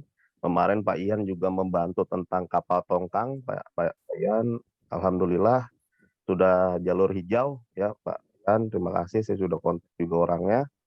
Begitu pula juga dengan proyek Cilegon Port, juga saya minta bantuan dengan Pak Ian, yaitu sangat berarti sekali dan saya sangat setuju bahwa di dunia ekspor impor ini harus banyak teman. Walaupun pada saat ini saya bekerja di dunia freight forwarding, saya di PT Interunion Indonesia, dan alhamdulillah Pak Ian juga menjadi customer saya juga, pelanggan saya juga. Kemarin sudah trial ya Pak Ian ya, sudah trial dari Jepang dan sudah jalan, dan itu juga tektokannya juga luar biasa sekali. Dan kan juga saya bilang dengan Pak Ian, jangan khawatir, Pak Ian tidak perlu pusing, yang pusing saya saja dan tim saya. Intinya Pak Ian hanya tahu update dan barang diterima sampai tujuan di tempatnya Pak Ian. Ya saya juga udah terima kasih, sangat bangga sekali. Paling nanti pengen sharing-sharing lebih dalamnya nih, saya masih kurang kurang paham tentang lebih kulit-kulitnya aja, seperti itu sih. Intinya saya setuju sekali, pokoknya banyak-banyaklah pertemanan. Dengan pertemanan itu kita membuka silaturahmi, membuka kerjasama dan memberikan peluang. Oke, sekian dari saya. Makasih Pak Ian, Pak Bastian. Wabillahi taufiq wal hidayah. Selamat pagi teman-teman semua. Pagi Mas. Oh iya tadi ini pertanyaan terakhir. Makasih ya Mas. Pertanyaan terakhir tadi Mas Iwan ya kalau nggak salah ya, maaf. Mas Iwan yang mau cerita-cerita silakan Mas Iwan. Ayo sesi terakhir nih Mas. Ya terima kasih Mas Ian, Mas Bas, salam kenal buat semua eksimer di sini. Ya saya hanya ingin menyampaikan cerita pengalaman saya masuk ke dunia eksim ya. Jadi memang di awal itu saya itu lebih fokus kepada harus bisa bahasa Inggris dulu yang tadi Mas Ian sampaikan ya, modal dasarnya. Karena apa? Dengan bahasa Inggris itu kita bisa komunikasi ke agent overseas, terus shipping line, airlines, terus kepada shipper dan konsinyeri baik di Indonesia ataupun di luar negeri ya. Dan kebetulan saya itu alhamdulillah bisa masuk ke dunia eksim itu melalui dunia forwarding, Pak. Jadi dari mulai saya tahu apa itu ekspor, apa itu impor, apa itu custom clearance, apa itu dunia warehousing, logistik, gitu. Dan di situ banyak sekali kita bisa mengenal seperti Incontem yang paling utama dalam proses ekspor dan impor ya. Terus kita juga kenal shipping terminologi. Terus kita punya jaringan ke seluruh dunia juga kan. Kita kenal dengan orang Singapura, orang Hong Kong, orang Amerika gitu kan. Dan di sini itu memang peran kita itu harus memahami juga produk-produk apa yang akan kita ekspor dan apa yang kita impor. Karena dari produk-produk itu memang paling utamanya itu harus kita tahu highest number-nya berapa, tarifnya berapa, terus izin khususnya apa, lartasnya apa, terus adakah izin produk impor itu ada FTA-nya atau tidak gitu. Nah, itu memang kita itu sebagai pemula itu memang banyak mengenal istilah-istilah tersebut. Ya mungkin itu dari saya. Saya Iwan, UGC. Terima kasih Mas Ian, Mas Ibas. Assalamualaikum warahmatullahi wabarakatuh. Terima kasih. Oke teman-teman, terima kasih ya buat teman-teman yang udah sharing pengalaman juga ya, pertanyaan juga. Jadi tetap sih yang kami di sini tuh itu sharing aja ya, maksudnya bukan berarti kami lebih hebat atau gimana gitu, tapi ya ini sharing by pengalaman aja. Semoga apa yang kita kerjakan hari ini dapat bermanfaat bagi teman-teman semua ya. Dan kemudian aku coba rangkum ya apa aja yang sudah kita bicarakan dari tadi. Yang pertama, sebenarnya ketika teman-teman mau shifting ke dunia ekspor impor, ya teman-teman harus prepare banyak hal ya. Ada satu pertanyaan yang cukup menggelitik buatku, bukan menggelitik ya maksudnya, yang cukup bikin aku concern gitu. Ada yang bertanya kayak gini, Mas, saya itu udah 15 tahun tuh, kerja di bidang ekspor impor gitu. Tapi kok gaji saya nggak naik-naik ya? Nah itu pertanyaan menarik. Nah, jawabannya apa gitu? Jawabannya cuma satu. Selama 15 tahun itu seberapa pengetahuan atau seberapa kompetensi yang bertambah di diri kamu? Karena kita ini pribadiku sendiri ya, hasil pemikiranku sendiri. Karena kita kerja 15 tahun, kita kerjain hal yang sama terus. Kalau di perusahaan berarti kita kerjain misalnya impor yang itu terus gitu. Nah, sekarang pertanyaannya, kalau kamu mau naik gaji, pasti orang ngelihat kan misalnya pengetahuan kamu udah bertambah berapa banyak gitu. Ya, jadi nggak hanya pengalaman tapi pengetahuan. Nah, dari situ biarlah kita terus menambah pengetahuan kita dari bulan ke bulan. Kita tuh nggak terbatas loh kita mau belajar apapun. Ya, kayak aku sekarang nih aku mau mulai belajar hukum nih teman-teman, hukum dagang ya, hukum perdagangan internasional. Karena menurutku pribadi belum banyak tuh orang yang concern terhadap kontrak. Ya, padahal kontrak itu suatu hal yang pertama dan paling penting dalam suatu perikatan gitu. Aku juga mau belajar teks misalnya, itu kalau aku. Nah, kalau teman-teman, ya jadi balik lagi, jangan hanya fokus kepada sertifikat ya. Jangan hanya fokus kepada sertifikat, tapi fokus kepada apa yang teman-teman bisa ambil ya. Apa yang teman-teman bisa ambil. Oke, terima kasih Mas Ian, terima kasih Bapak Ibu semuanya. Setelah ini saya akan kasih ke admin, bukan ke admin ya, ke teman saya yaitu Pak Rikpan ya. Saya izin dulu nih mau melanjutkan perjalanan saya ke Jakarta ya. Makasih sekali lagi Mas Ian dan teman-teman yang lain ya. Semoga kita terus berkoneksi, berjejaring dan semakin terus belajar ya. Terima kasih teman-teman, silakan Pak Rikpan. Baik, terima kasih Pak Bastian. Sungguh sebuah acara yang luar biasa Bapak Ibu ya. Dan kita sudah mencapai ke akhir acara, namun belum selesai banget. Karena kita masih ada sesi lomba, bukan lomba sih, sesi kuis interaktif.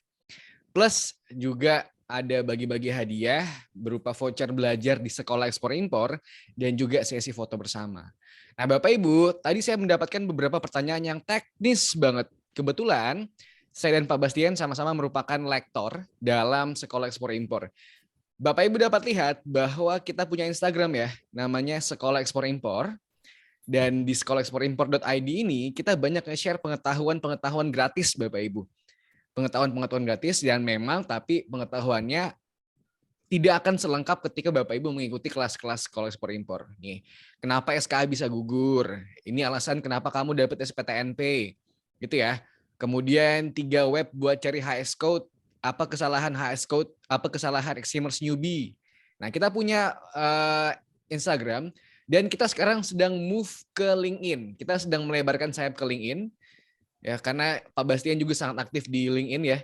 Nanti Bapak Ibu bisa lihat updatean kita. Siapa tahu updatean kita menjawab pertanyaan Bapak Ibu sekalian. Nah, oke. Tanpa perlu berlama-lama kita akan langsung masuk ke kuis Bapak Ibu. Kita ada acara nanti Sekolah Expert ya. Di tanggal 22 Oktober 2022. Akan membahas mengenai pengisian PIB 20. Detail materinya dapat dibaca di Instagram kita. Nih, ada detail banget nih. Dan ini harganya sangat-sangat terjangkau ya. Dan Bapak Ibu nanti yang dapat Certificate of Completion dari Sebinar akan mendapatkan harga yang lebih murah untuk ikut sekolah expert. Di hari Sabtu pagi, dari pagi sampai siang, di jam utama, jam 9 sampai jam 12 siang. Jangan ketinggalan ya. Dan apalagi kalau juara, kalau Bapak Ibu nanti juara di kuis Kahoot ini, Bapak Ibu akan dapat voucher 250.000 untuk belajar di sekolah ekspor impor, which is nanti berarti bisa ikut sekolah expert gratis. Gitu ya. Jadi 3 pemenang dari Kahoot akan mendapat kesempatan mengikuti sekolah expert secara gratis. Tapi untuk semua peserta yang dapat sertifikat bisa mengikuti dengan harga yang lebih murah. Oke, nah kita akan lanjut ke Kahoot-nya. Bapak Ibu yang belum pernah pengalaman main Kahoot, boleh dibuka kahoot.it.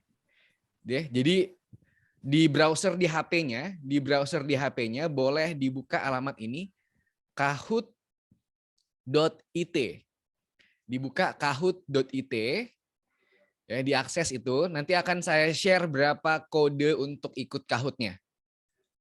Oke, silakan dibuka kahoot.it. Ya, yang kesulitan boleh chat di grup, boleh chat di Zoom. Apa kesulitannya?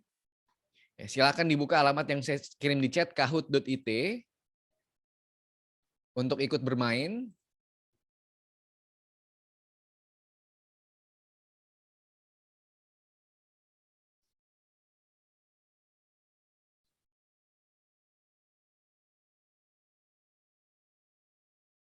Kalau yang udah bisa chat udah ya, biar saya share ininya, kodenya.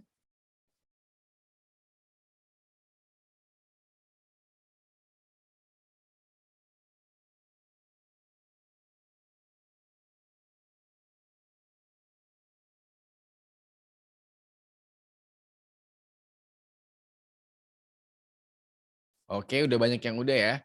Ini kodenya bisa dimasukin di browsernya. Kode dari Kahoot-nya.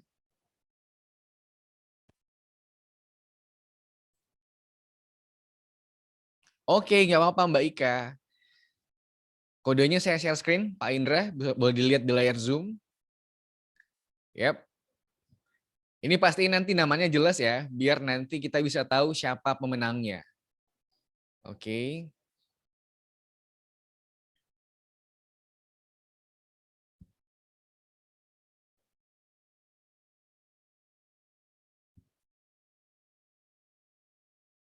Oke, oh Pak Ian juga ikut main ya.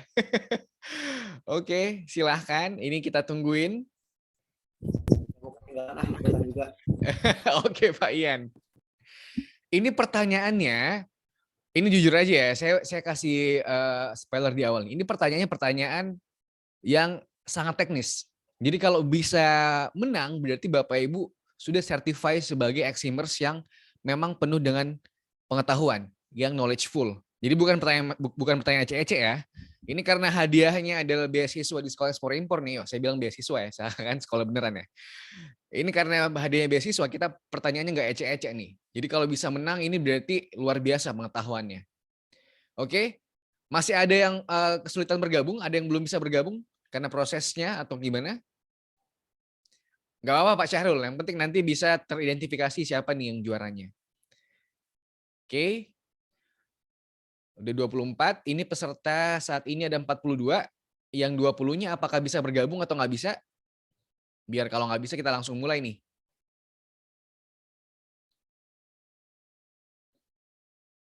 Oke, masih ada Omar, baru bergabung Bu Faladina. Masih ada yang sedang bergabung? Saya tunggu semenit lagi ya, sampai 10.52 kita start Kahoot-nya. Ada 10 pertanyaan, semuanya pertanyaan yang teknis. Oke, bentar lagi. Ya, saya mulai aja ya, karena sudah 10.52. Oke, saya mulai Kahoot-nya, yuk kita mulai.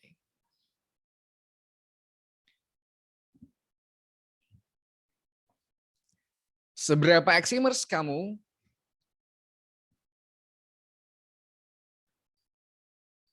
Pertanyaan pertama, agar tidak menjadi barang yang tidak dikuasai, penimbunan di tempat penimbunan sementara tidak boleh lebih dari berapa hari?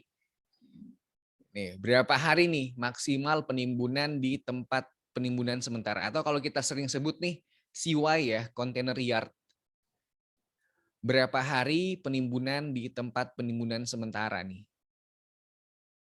Oke. Oke, waktunya habis.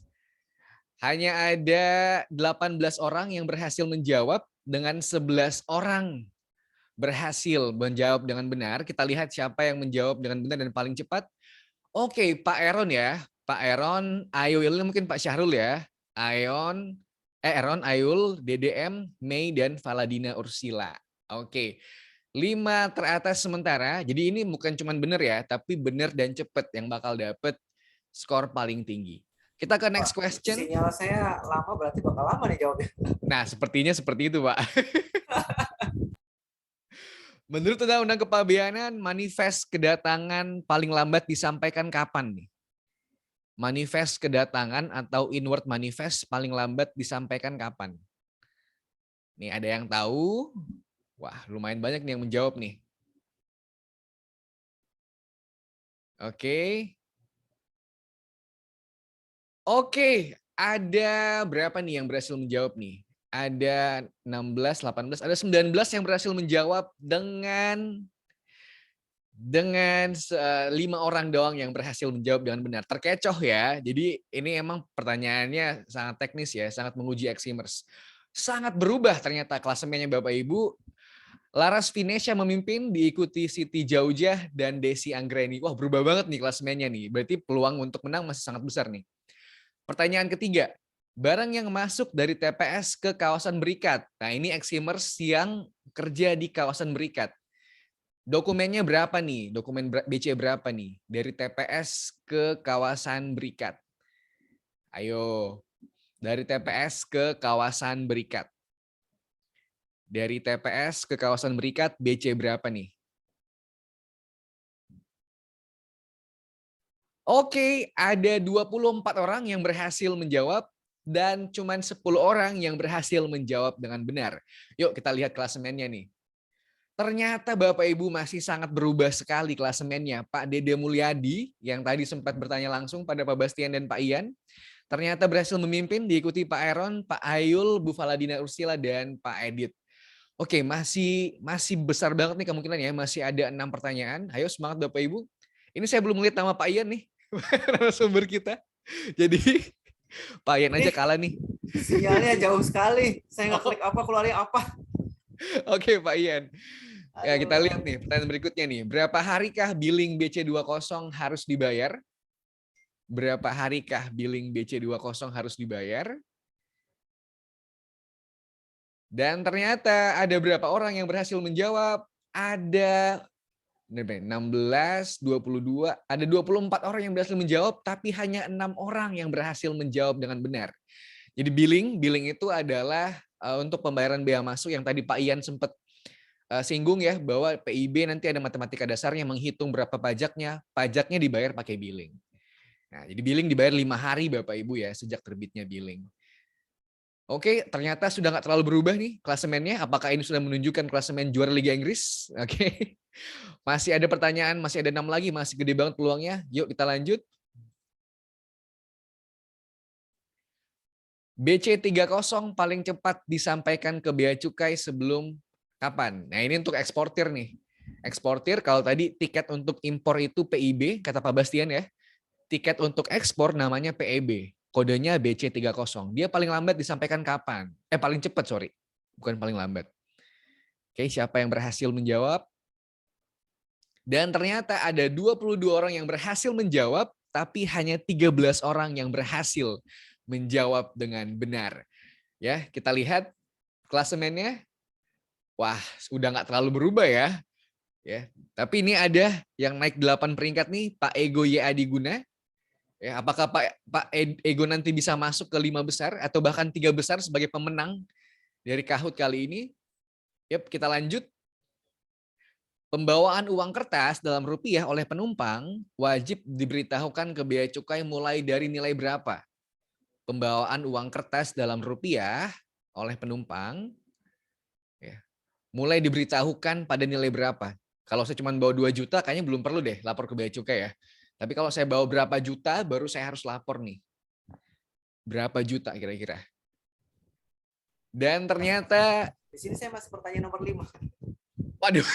Loading sekali HP saya.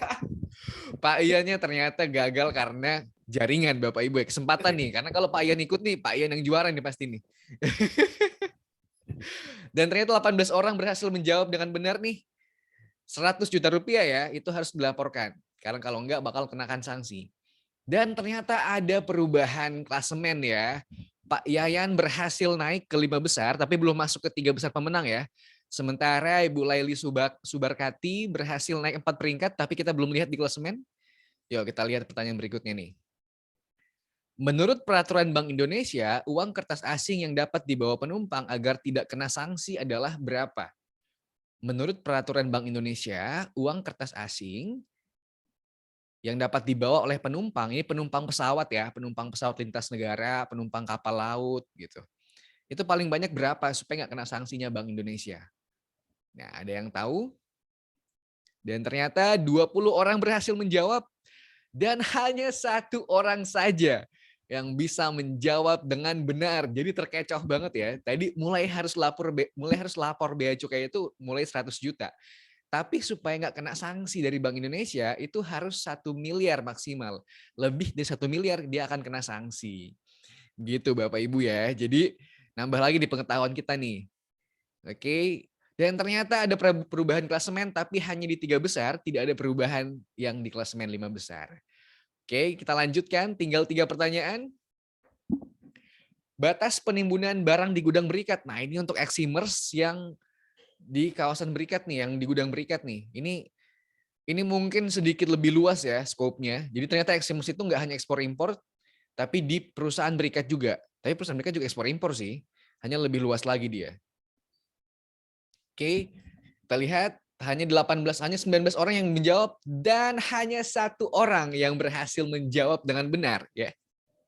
Jadi penimbunan di gudang berikat itu maksimal cuma 2 tahun. Lebih dari itu akan dijadikan barang tegahan atau barang sitaan. Kita lihat tidak ada perubahan di 5 besar ya. Berarti yang benar tadi itu bukan 5 besar. 5 besarnya pun tidak bisa menjawab dengan benar. Ya, jadi kita masih bisa ada peluang nih. Ada 2 pertanyaan lagi. Batas penimbunan barang di pusat logistik berikat itu berapa lama? Nah, tadi gudang berikat ini kalau pusat logistik berikat, ini bisa menjadi solusi buat Bapak Ibu yang kalau pas masuk belum punya lartas, ini bisa diurus LS-nya di pusat logistik berikat. Belum punya izinnya bisa urus di pusat logistik berikat. Berapa lama nih timbun barang? Bisa dititipin di sini dulu ya. Ya gimana Pak? Iya, kalau misalkan LS-nya belum ada bisa titip dulu ke sini. Bener Pak Ian. Ini jangan Pak Ian punya pengalaman juga nih di PLB nih. Iya tentu. Iya. Ya, Daripada oke. dia ekspor kan, lebih baik titip dulu ke gudang berikat. Kan? Bener Pak. Ini membantu banget nih kalau pusat logistik berikat. Oke, jadi Pak Ian baik temenin saya aja Pak, ngomentarin peserta Pak, karena sinyalnya nggak bagus Pak. Iya nih, ngeselin. Gagal saya dapat sini, beasiswa. Oke, hanya 4 orang yang berhasil menjawab dengan benar dan kita lihat klasemennya. Ada Bu Laras Vinesia kembali masuk ke 5 besar. Ayo Bu Laras semangat biar 3 besar. 3 besar belum tergoyahkan ini big 3-nya. Iya, Pak Dede nih, Pak Dede hebat nih, Pak Dede terus. Iya nih, Pak Dede ini nge-cheat nih kayaknya Pak Dede. Udah lama nih kayaknya ekspor impor nih. Kita lanjutkan pertanyaan terakhir. Apabila impor mendapatkan jalur merah, dokumen pelengkap pabean harus disampaikan paling lambat kapan? Ini sering banget kayak yang dibahas tadi nih. Banyak banget yang nanya jalur merah. Ya, gimana Pak Ian? Pengalamannya Pak Ian? Jalur merah tuh luar biasa ya. Luar biasa. Kerja hari itu juga harus khusus PJL. Tambahan kerjaan banyak ya Pak Ian ya, kalau jalur merah ya. Berapa orang yang berhasil menjawab? Dan ternyata ada hanya 3 orang yang berhasil menjawab dengan benar. Jadi kalau Bapak Ibu dapat jalur merah, Bapak Ibu harus langsung menyerahkan dokumen pelengkap pabeannya jam 12 hari berikutnya. Oke, kita lihat siapa aja yang menjadi pemenang podium peringkat 3 ada Pak Eron. Ya. Peringkat 2 ada Pak Dede. Oh Pak Dede tergeser dan peringkat 1 adalah Pak Ayul. Oke, ini saya curiga Pak Syahrul ya yang salah nama. Yeay. Oh, anak-anaknya juga senang ya Pak Syahrul ya. Saya senang banget. Oke, Bapak Ibu, terima kasih atas keikutsertaannya dalam webinar. Ini akan saya screenshot, nanti akan saya data sebagai peserta yang memperoleh voucher 250.000 untuk belajar di program-program eksklusifnya Sekolah Ekspor Impor. Pak Ian, sayang banget nih Pak Ian karena sinyal ya. Iya. Aduh, masalah sinyalnya. Oke, Bapak Ibu sekalian, kita tiba di penghujung acara. Tolong nanti dinyalain kameranya, kalau bisa pakai background yang udah kita share. Kita bakal foto bersama nih Bapak Ibu, jadi kalau boleh silakan dinyalakan kameranya dan kita akan foto bersama. Oke, udah pada nyala nih. Ayo yang lain, yuk biar kita foto bareng. Oke, Pak Dede ya, sang juara 2 di akhir-akhir disalib ya Pak. Oke Bapak Ibu, pasang gaya terbaiknya akan segera saya screenshot. Oke. 3, 2, 1. Sekali lagi. Oke, tunggu ya. Sekali lagi.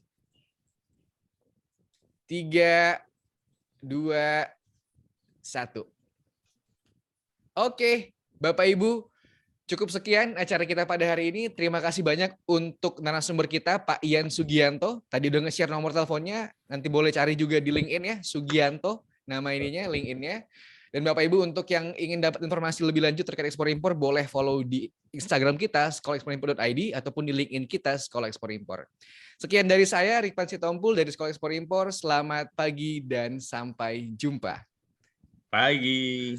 Terima kasih Bapak Ibu sekalian. Selamat pagi, Selamat pagi Pak. semua. Pagi, Pak. Terima kasih. Sehat-sehat semuanya.